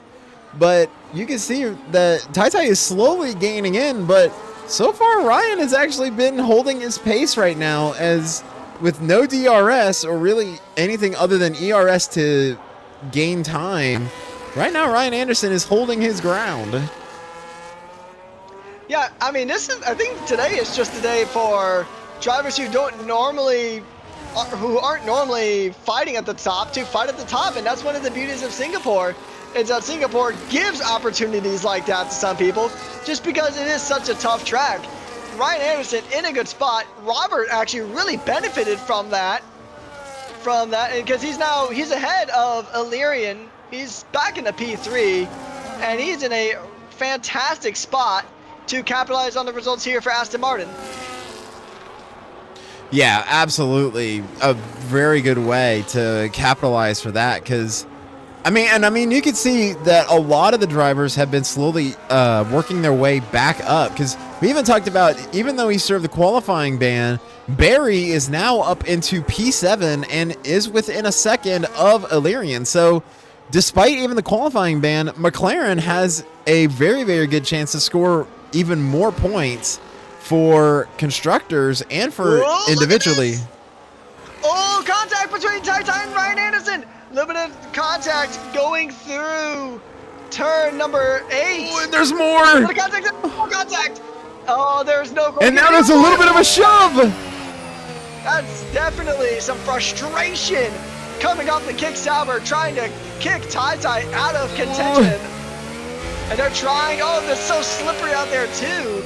I mean, you're always gonna fight hard as a driver. That's just how racing drivers are. But he's trying to give Tai the good old kick in the Kick Sauber, trying to kick him away, and so he can try to build that gap out again. The rain is picking up here, and honestly, it wouldn't surprise me if somebody would try to gamble on the wets. Yeah, that wouldn't necessarily be a surprise to me either. And now it looks like Tai's gonna go for the move, and he's gonna get it done on the inside, and he finally gets past the Kick Sauber. But now here comes the Kick Sauber. It looks like he is right on Tai's tail for a response, as now Robert is gonna peel into the pits. It looked like. And yeah, he's going to peel into the pits, and maybe he's switching onto the wets. Maybe he's taking your advice. Maybe. I mean, this track is the rain is coming down. I mean, there's no doubt about that. The rain is well and truly coming down here in Singapore. So, you know that, I mean, it's a street circuit. They're already kind of slicker than most tracks anyway. So, I mean, just seeing that is just even a further testament to just how bizarre Singapore is. Because not only do you have to deal with the track being a narrow, slick, the weather is always such a massive question mark. And also, Nasty Stu also decided to make the call for intermediate, or for wet as well. So, and Nasty Stu getting a 10-second penalty for pit line infringement. But yeah, I mean, this Singapore race, I mean, there's normalcy just doesn't exist here tonight. Yeah, and I think, honestly, we're not even done. There's contact with Ryan. Ooh. I don't know how he saved it, but he had contact with the outer wall, and somehow he kept the car straight. That's close. I mean, Singapore is a close track already, but trying to get that close is just asking for your race to kind of be ruined here. And the gap is now starting to form. Tai doing exactly what he needs to close in the gap on the championship. There's only 6 rounds to go after this, so it's really make or break time for these championships. You need these points, and especially in these ever-changing conditions, this is pretty much exactly the kind of race you need to really kind of close the gap and that's and a just safety even the car. score. Safety car is out. Nasty has crashed and is out of the race, and it's our third safety car of the day. One more, and it's only going to be VSCs. This is, I think, originally I was going to say this before the safety car, but I think I can say it now. I think that this officially has now become the most crazy and chaotic race that I have ever witnessed with you. And I think this beats Canada for us. Oh, yeah, 100%. This is definitely the most... And this is crazy by Singapore standards, because usually in Rush Racing League, Singapore is a crazy track. There's a reason why a lot of fans do look forward to this track, because it's one of the best on the counter easily. Like, Rush Singapore is unmatched, but usually it's not this chaotic. I mean, this is just insane. And honestly, normally, just because I like to think about these kind of things, I would think about strategy. Like, you know, what is strategy going to look like? I don't know. I'm just going to flat out say it. I don't know. You can throw any kind of prediction out the window. It's probably not going to happen. And I don't think even the engineers kind of have a clue on how to proceed with this. So, I mean, I know they probably don't get paid, but I mean, if they do get paid, you better pay your engineers some overtime for this one. Yeah, absolutely. I agree. I definitely think that, I mean, strategy, like you said, has completely gone out the window. But now I guess comes down to the idea of, we already see that Low Pro and Robert are both on the wets right now, and the rain is still coming down hard. It doesn't look like there's any sort of chance of it letting up. But now the question is that how many cars do we see peel in during the safety car for wets? Because this, coming back around now, this will be the first time that the leaders will pass the pit lane, because they were already past it when the safety car came out. So now I'm curious to see. And now maybe a little bit of a fake there. It looked like Tai was going to peel in, but fake. So no, it looks like no for right now. They're just going to keep going through on inters. Yeah, I mean, sometimes the dummy move does work. I mean, we've seen it before in Rush and also in Real Life Motorsport, where sometimes a bogey pit stop, or a dummy as some people like to call it, does sometimes kind of work, and it could force your opponent to really kind of check up essentially. But I mean, right now you want to kind of keep track position first and foremost, because especially if you're Tai, because if Tai pits in, Meraki will likely not. He'll try to just benefit from the track position to try to get as many points as he can towards his championship run here in NA. So I don't think we're going to see anybody else pit, but these tires are going to be stretched to the maximum in terms of their duration. Yeah, but I think it's also going to depend on the rain, because I think that they won't switch off of the inters right now. But I think that if the rain continues with no reprieve at all, I think that maybe toward the end of the race, maybe for a little bit of a last stint, maybe they'll switch to the wets. But I'm just in the same camp. I'm just not really entirely sure what's going to happen. I mean, honestly, you'd probably have better luck winning the lottery than trying to predict what happens here. So it's good. It's difficult. It's difficult conditions for them and for us to kind of try to predict things. I can't see anybody pitting in, but I also can't see anybody not pitting in. That's how kind of tricky the strategy is here tonight. Yeah, just really no way to know what's going to happen. As the lights are still on, so we'll do one more lap.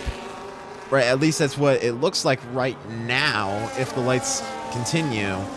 So that means that we'll be restarting going into lap 20. That will leave us with 11 laps to go. So I guess maybe that'll be a question, because and actually I will call out as well that Robert was originally on the wet tires. He just last lap peeled in and switched back to the inters. I'm sure the strategists, like I said earlier, are just working overtime in this race here. So, I mean, I'm not surprised, that we're seeing this kind of trickiness in this race because, I mean, let's face it, it's Singapore. It's one of the hardest tracks to kind of already work around to begin with.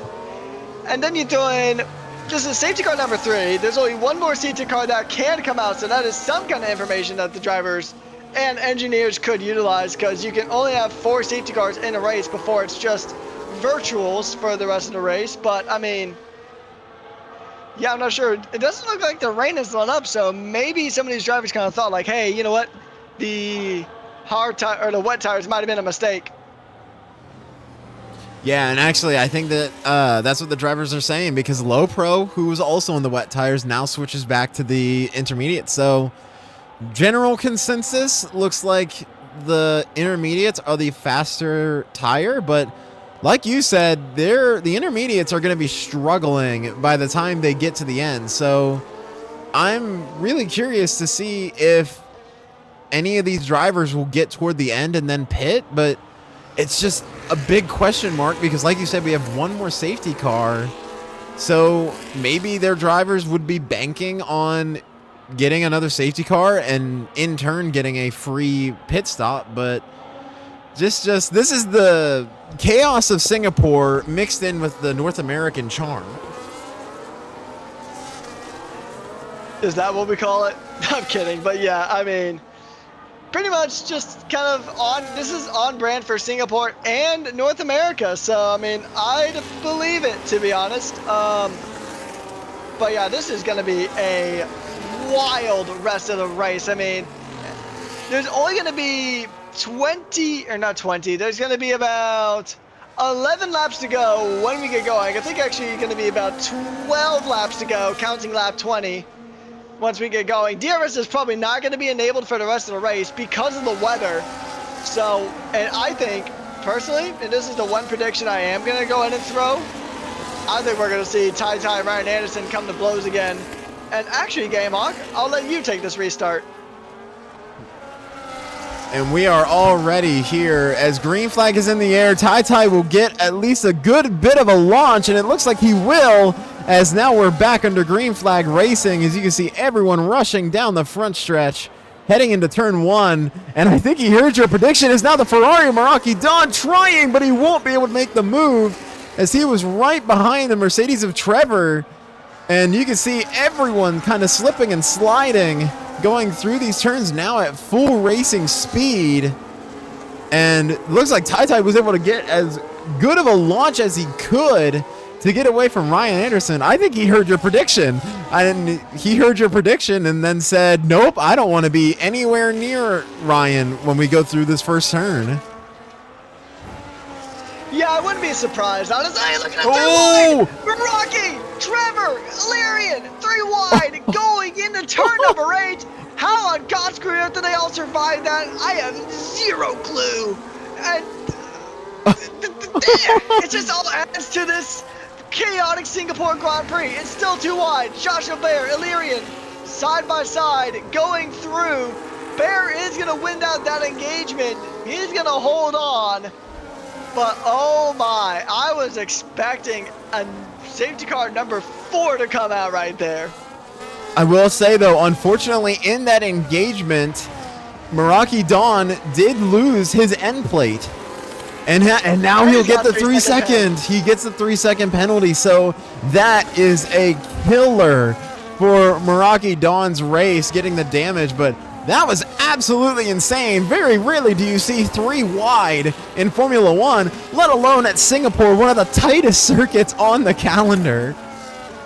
Yeah, I mean, if you see cars go 3 wide, you think of tracks like next week when we go to Interlagos, because Interlagos is a very wide track. Qatar has some pretty wide areas. Monza, you might see it on occasion. Bahrain is also pretty wide. You can see 3 wide there as well. There's a bit of a stop there from Joshua Bear. But Singapore, I'd be tempted to back out if there's like 2 cars going into the same corner, let alone 3.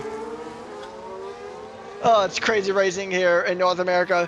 Be sure to go ahead and drop a follow if you have not already. You do not want to miss any more of this crazy racing action that this league provides on Saturday afternoons. So actually, you can see that right now a dry line is actually forming right now on the track. So despite the torrential rain coming down, that might be the reason of why a lot of the drivers stuck to the intermediates, just because of the dry line that has formed. So maybe they thought sticking to the inters, and that's why no one has gone to the wets just yet. But this has just been an absolute mess of a race, and I think that is like the best way to describe this. Just Singapore has just been a mess today. Yeah, I agree. And I mean, I know Singapore can be chaotic, but this is probably the most one of the most hectic Singapores I have ever commented on. So, I mean, once again, I mean, welcome to Rush Racing League North America, where things can be very hectic a lot of the times. Especially in Singapore, apparently, because we have seen some chaotic racing, but Tai Tai and Ryan Anderson, and actually Trevor, have pretty good gaps. Trevor is going to be the one under the most amount of pressure. But yeah, this has just been a chaotic one. It's going to be good points for McLaren, good points for Sauber, who definitely need the points right now, especially if Ryan Anderson can stay in second for the rest of this race. Yeah, and Reigns and the Aston Martin will also get the 3-second time penalty. So the only two penalties right now have been to Meraki Dawn and Reigns for corner cutting. So they have the 3-second time penalty. You can kind of see now we have about 4 drivers here in Trevor, Meraki Dawn, Joshua Bear, Illyrian, and now even Barry is joining in. You can see kind of the conga line of drivers that are right now going through Sector 2, that they're all kind of filing in behind each other. And this might be the area we may see some more shenanigans. I mean, we might call that the shenanigan sling instead of the Singapore sling, just because of how many drivers have been risky enough to attempt moves through there. But yeah, I mean, there's 10 laps to go now on the race. Tai Tai doing exactly what he needed to do. Ryan Anderson also doing exactly what he needs to do. Trevor's in a bit of a riskier spot here, but I think he is going to be able to. He's going to be able to at least give it the old college try, because even if Meraki Dawn passes him, as long as he doesn't let Meraki Dawn run off by about 3 seconds or more, he's got that podium pretty much locked in for Mercedes. Yeah, and I think that is probably creating a sense of urgency for Meraki Dawn, because he has that 3-second time penalty.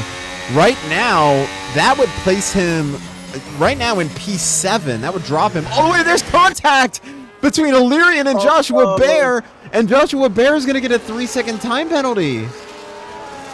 Yeah, that's for track limit violations again. So once again, it's just it's a narrow track. These drivers are cutting it close to these walls already, and then they want to get overtakes done because they want to just be done with this race essentially and just try to get as many points as they can, especially for their respective teams.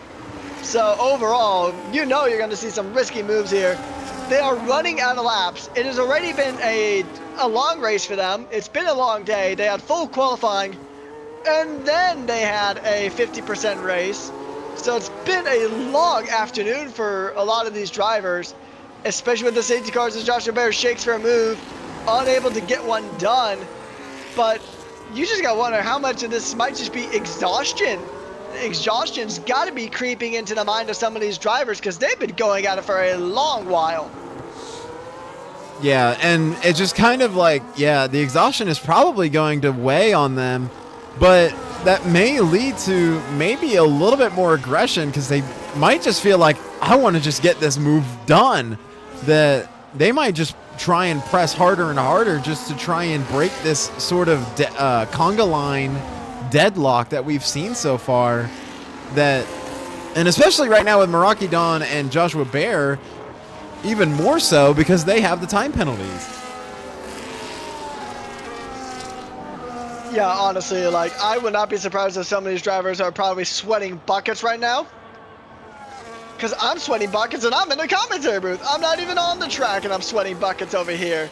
This is just absolutely peak Singapore, despite all the drama we've already had. But then again, drama is kind of what makes Singapore Singapore. As we now see the two Aston Martins going in and trying to put pressure on the low pro here. with Lopro having the freshest intermediate tires on the grid aside from Wildcat. And actually, Wildcats are probably still fresher just by a bit. But there we go, Joshua and Illyrian battling it out. Joshua goes wide, he's gonna cut back in, he's gonna go for the move. Up the inside, he gets that move done. I'm not sure if that, it looked like he went a bit off track there before making the move, but I guess it is legal now. But Illyrian is still gonna try to get the retake here as quickly as possible. The Alpine trying to get anything to happen here. He was in the Sauber last week and he got a podium. He's looking to try to maybe get the same here in the Alpine. That's a dive and a half. That's tough. I'm not sure if there's enough room for that dive. He barges his way on through, somehow now damaging his car, and Joshua's definitely not going to be happy about that one. Definitely. And now more contact going in the barrier. They are just doing everything possible to try and pass each other.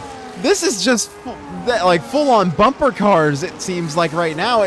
There is damage to that Alpine on the left front, I believe, or sorry, yeah, the left front. The end plate is missing, so the Alpine did suffer some damage. But this has just been absolutely insane. Just these drivers going back and forth and at each other, and just absolutely fighting tooth and nail for every position possible. Yeah, honestly, and I mean, I kind of agree with H-Town in the Twitch chat saying he was saying that's dirty driving. I agree to an extent, because that was definitely, he really did not have enough room to make that move happen. And the standout rookie on the night getting a 3-second time penalty for track limit violations. That's not going to help him or Aston Martin's case here tonight. They were looking really good, looking likely. Oh, and there is in the wall, and he's out. That might be another safety car. Safety car number 4 with 7 to go. That is devastating. That is devastating for Illyrian as he's out of the race now. He was doing so well, and maybe a little bit for some people. They think that maybe that's a little bit of karma coming back for him, but that is just very unfortunate with going out of the race now. And that is a full course safety, or a full course yellow. So safety car now is deployed, our last safety car of the race. And with the rain still coming down, I can imagine maybe some of these drivers peeling in for a fresh set of inters if they have a set available. But Rekus, it looks like we got ourselves a full-on just sprint to the end, because with the safety car, more than likely we'll take at least maybe 1 or 2 laps. So we'll probably restart here like lap 28, and there he goes. Into the pits goes Tai. I think we're going to probably see a good amount of these drivers come on into the pits after this. So, actually, Ryan's staying out. It seems who is going to be to the front. You can see Ryan is trying to catch up, and he's going to take the lead back. He's going to take the lead. Thing, though. He will take that lead, and it's going to be good for Sauber. But here's the thing, though, is there is a good potential for Tai to kind of claw back through this field, considering the fact that he does have the brand spanking new intermediate tires. So I think he's got a really good shot of taking this one to the house and winning this race. But Ryan Anderson, he's definitely going to be in the hot seat as well. So yeah, definitely. Definitely. And also, just want to point out that Trevor, I think, also had a little bit of urgency, and he ends up getting a drive-through penalty that cannot be served under the safety car. So that is really devastating to his race, because he has to serve that after the safety car, and that is just really going to hurt and maybe end his race. But yeah, now it's probably going to come down to Ryan Anderson, who has the older inters, but he does have the lead in the tight turns of Singapore. But then you have Tai, who has the absolute fresh set of inters and no penalties as well. So this is really shaping up to maybe be one of the most climactic endings that we have had so far this season. I wouldn't even put one of. I'd put probably the most climatic end of a race we've had to the season. And I don't think any race can top that. I mean, then again, anytime we've said that, it has always just kind of turned in our favor, like, or turned against us, like, yeah, you know, there's going to be chaos. It's North America, one of the most high action, high chaos divisions in Rush history. So as they come across the line, there will be 5 to go. The safety car will not be in this lap, so 4 laps to go at the most when we get started here. So it will be at least lap 28 by the time we get back going here.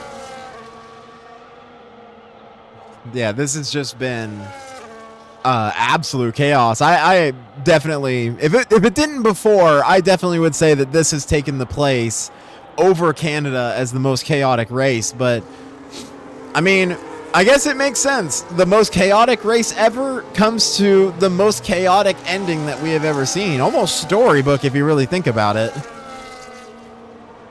That just shows to just how cinematic this season has been, that this is even a discussion. It's just what race has been the most chaotic. And I mean, all these races have been really chaotic, but we've seen some really beautiful moments here of peak racing. If you guys want to catch up on any of the previous races, go ahead and jump over to our YouTube. Just look up Rush Racing 09 and you will find all the previous North American races and the Oceanic races. You'll also find our first ever Formula 2 race in F1 25. We have restarted the F2 season number 3. Round 1 in Australia is now, or should be live here soon on the YouTube channel. And you'll have a plethora of races to go out and spectate. Now, here's another thing too, right, is a lot of people, like, you know, they want to spend money on F1 TV. Well, you can join the Rush Racing League YouTube channel for absolutely free. And you'll have a bunch of just awesome races to look back on. So go ahead and subscribe to the YouTube if you haven't already. So now, before we get started, it looks like the lights are not going out quite yet for, yeah, it looks like maybe we'll get one more lap. So that means we will restart going into lap 29 out of 31. So do you have any predictions for this restart? Because you can kind of see the lines drawn in the sand with our top 3 right now having old inters, Tai having the freshest, and then you have people like Barry Low Pro who also have the freshest tires. So do you have any predictions for what we are expecting to see? I feel like the prediction just wouldn't exactly work. I don't know, honestly. I think, well, here's the thing. Trevor's got to do a drive-through, so he's definitely going to be out of the equation. I think it's really going to be a full-on fight between Tai and Ryan Anderson, because there's not going to be enough time. You're going to have 3 laps to go. If the safety car does come in this lap, you'll have 3 to go, and no DRS enabled. So I think Ryan's got a good chance here. I think it's really going to be between Ryan and Tai for the race win here.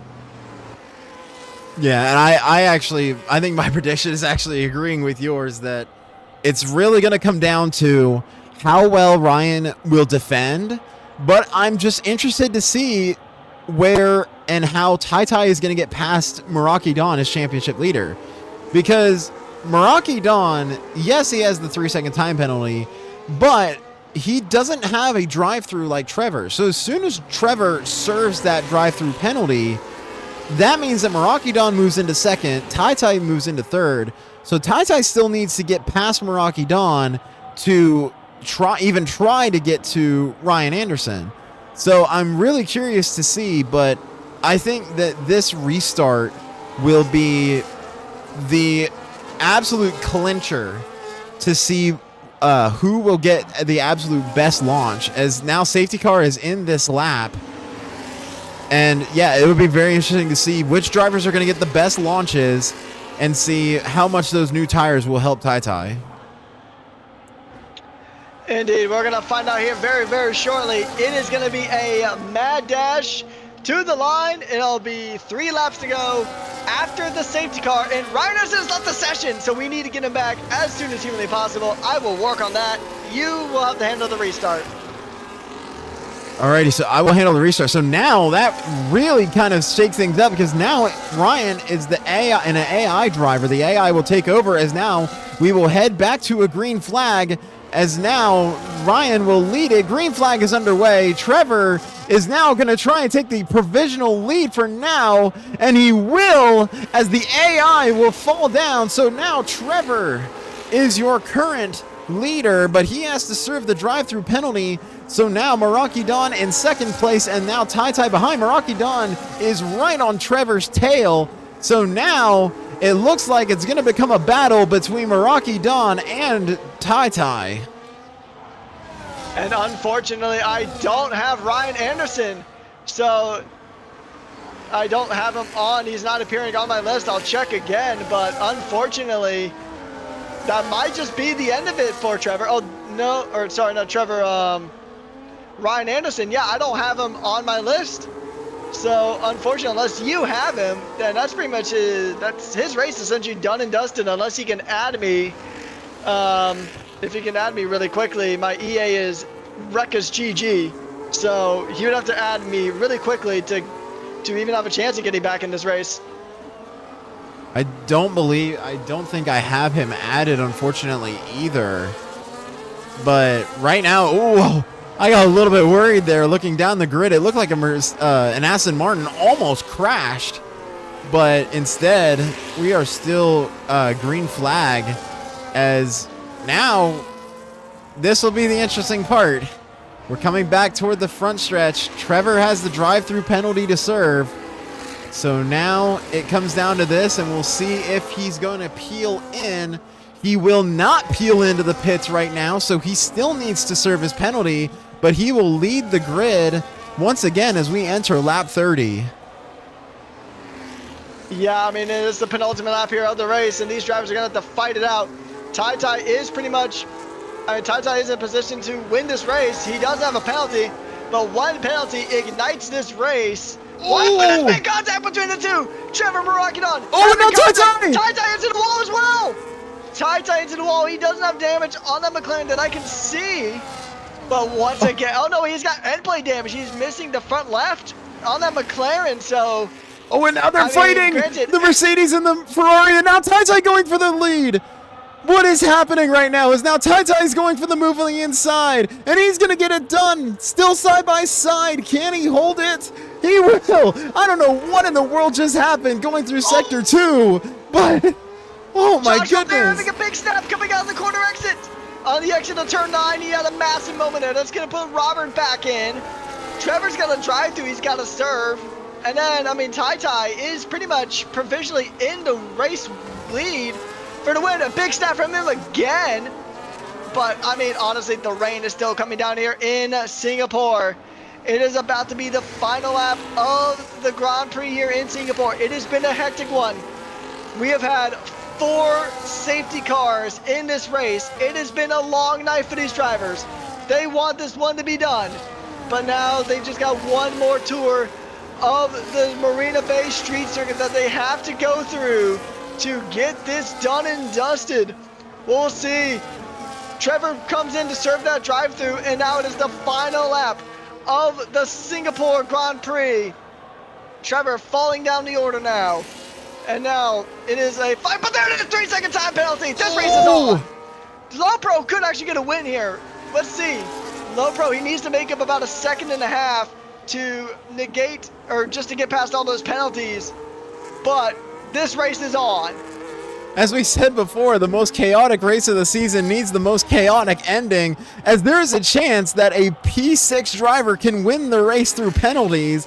That would be basically unheard of, but now you can see that right now Tai is trying to get as much distance between him and the rest of the grid, and it looks like right now he's still just at the 1 second mark ahead of Meraki Dawn as they are heading through the Singapore Sling, and just absolutely chaos. Just chaos reigns here at Singapore, apparently.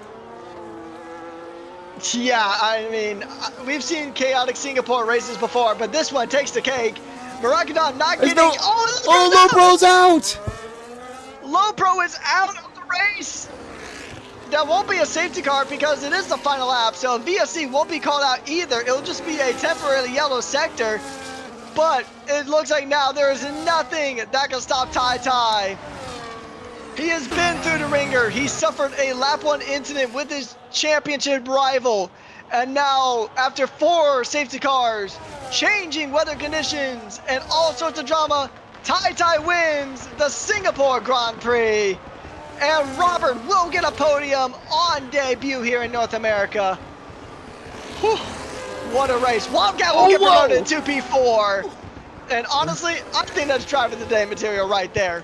He had the qualifying, he got impeded, had the qualifying penalty, and he still survived to make it up to P4. Yeah, and that is absolutely fantastic result. Not only just for Wildcat individually, but for Ferrari in general.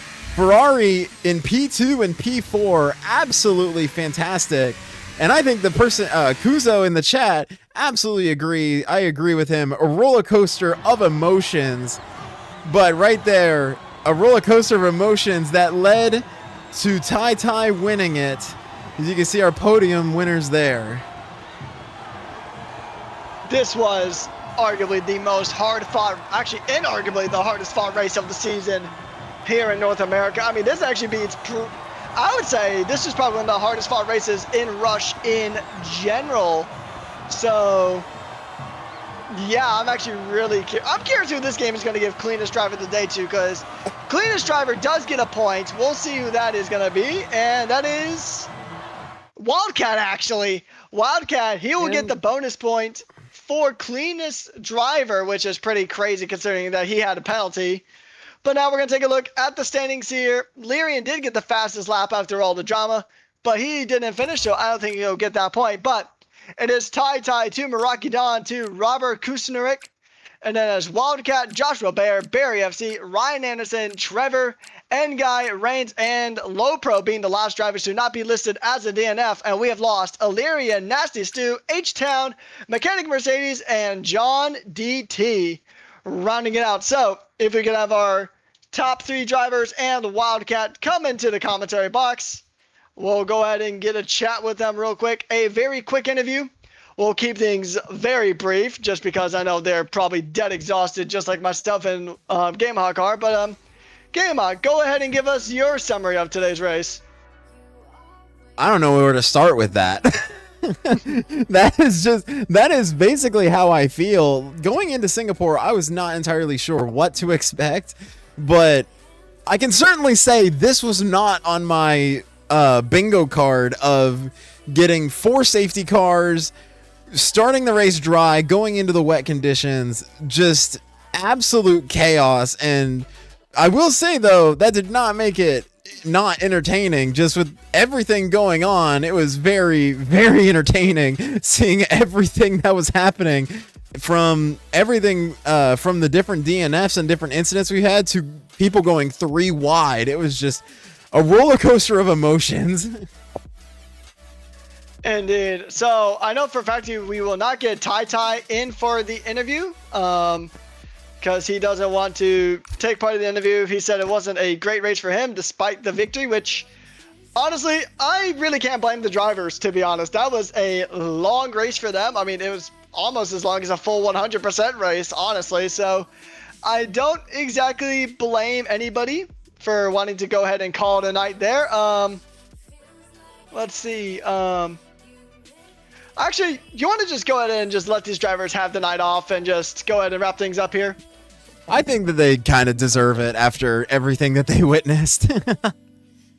All right, so we're going to wrap things up early here. We're going to forego the interviews. I mean, these drivers are tired, frustrated, all of the above, and I honestly can't blame them. So we're going to go ahead and wrap things up here. It was a hectic race here in Singapore for the North American division.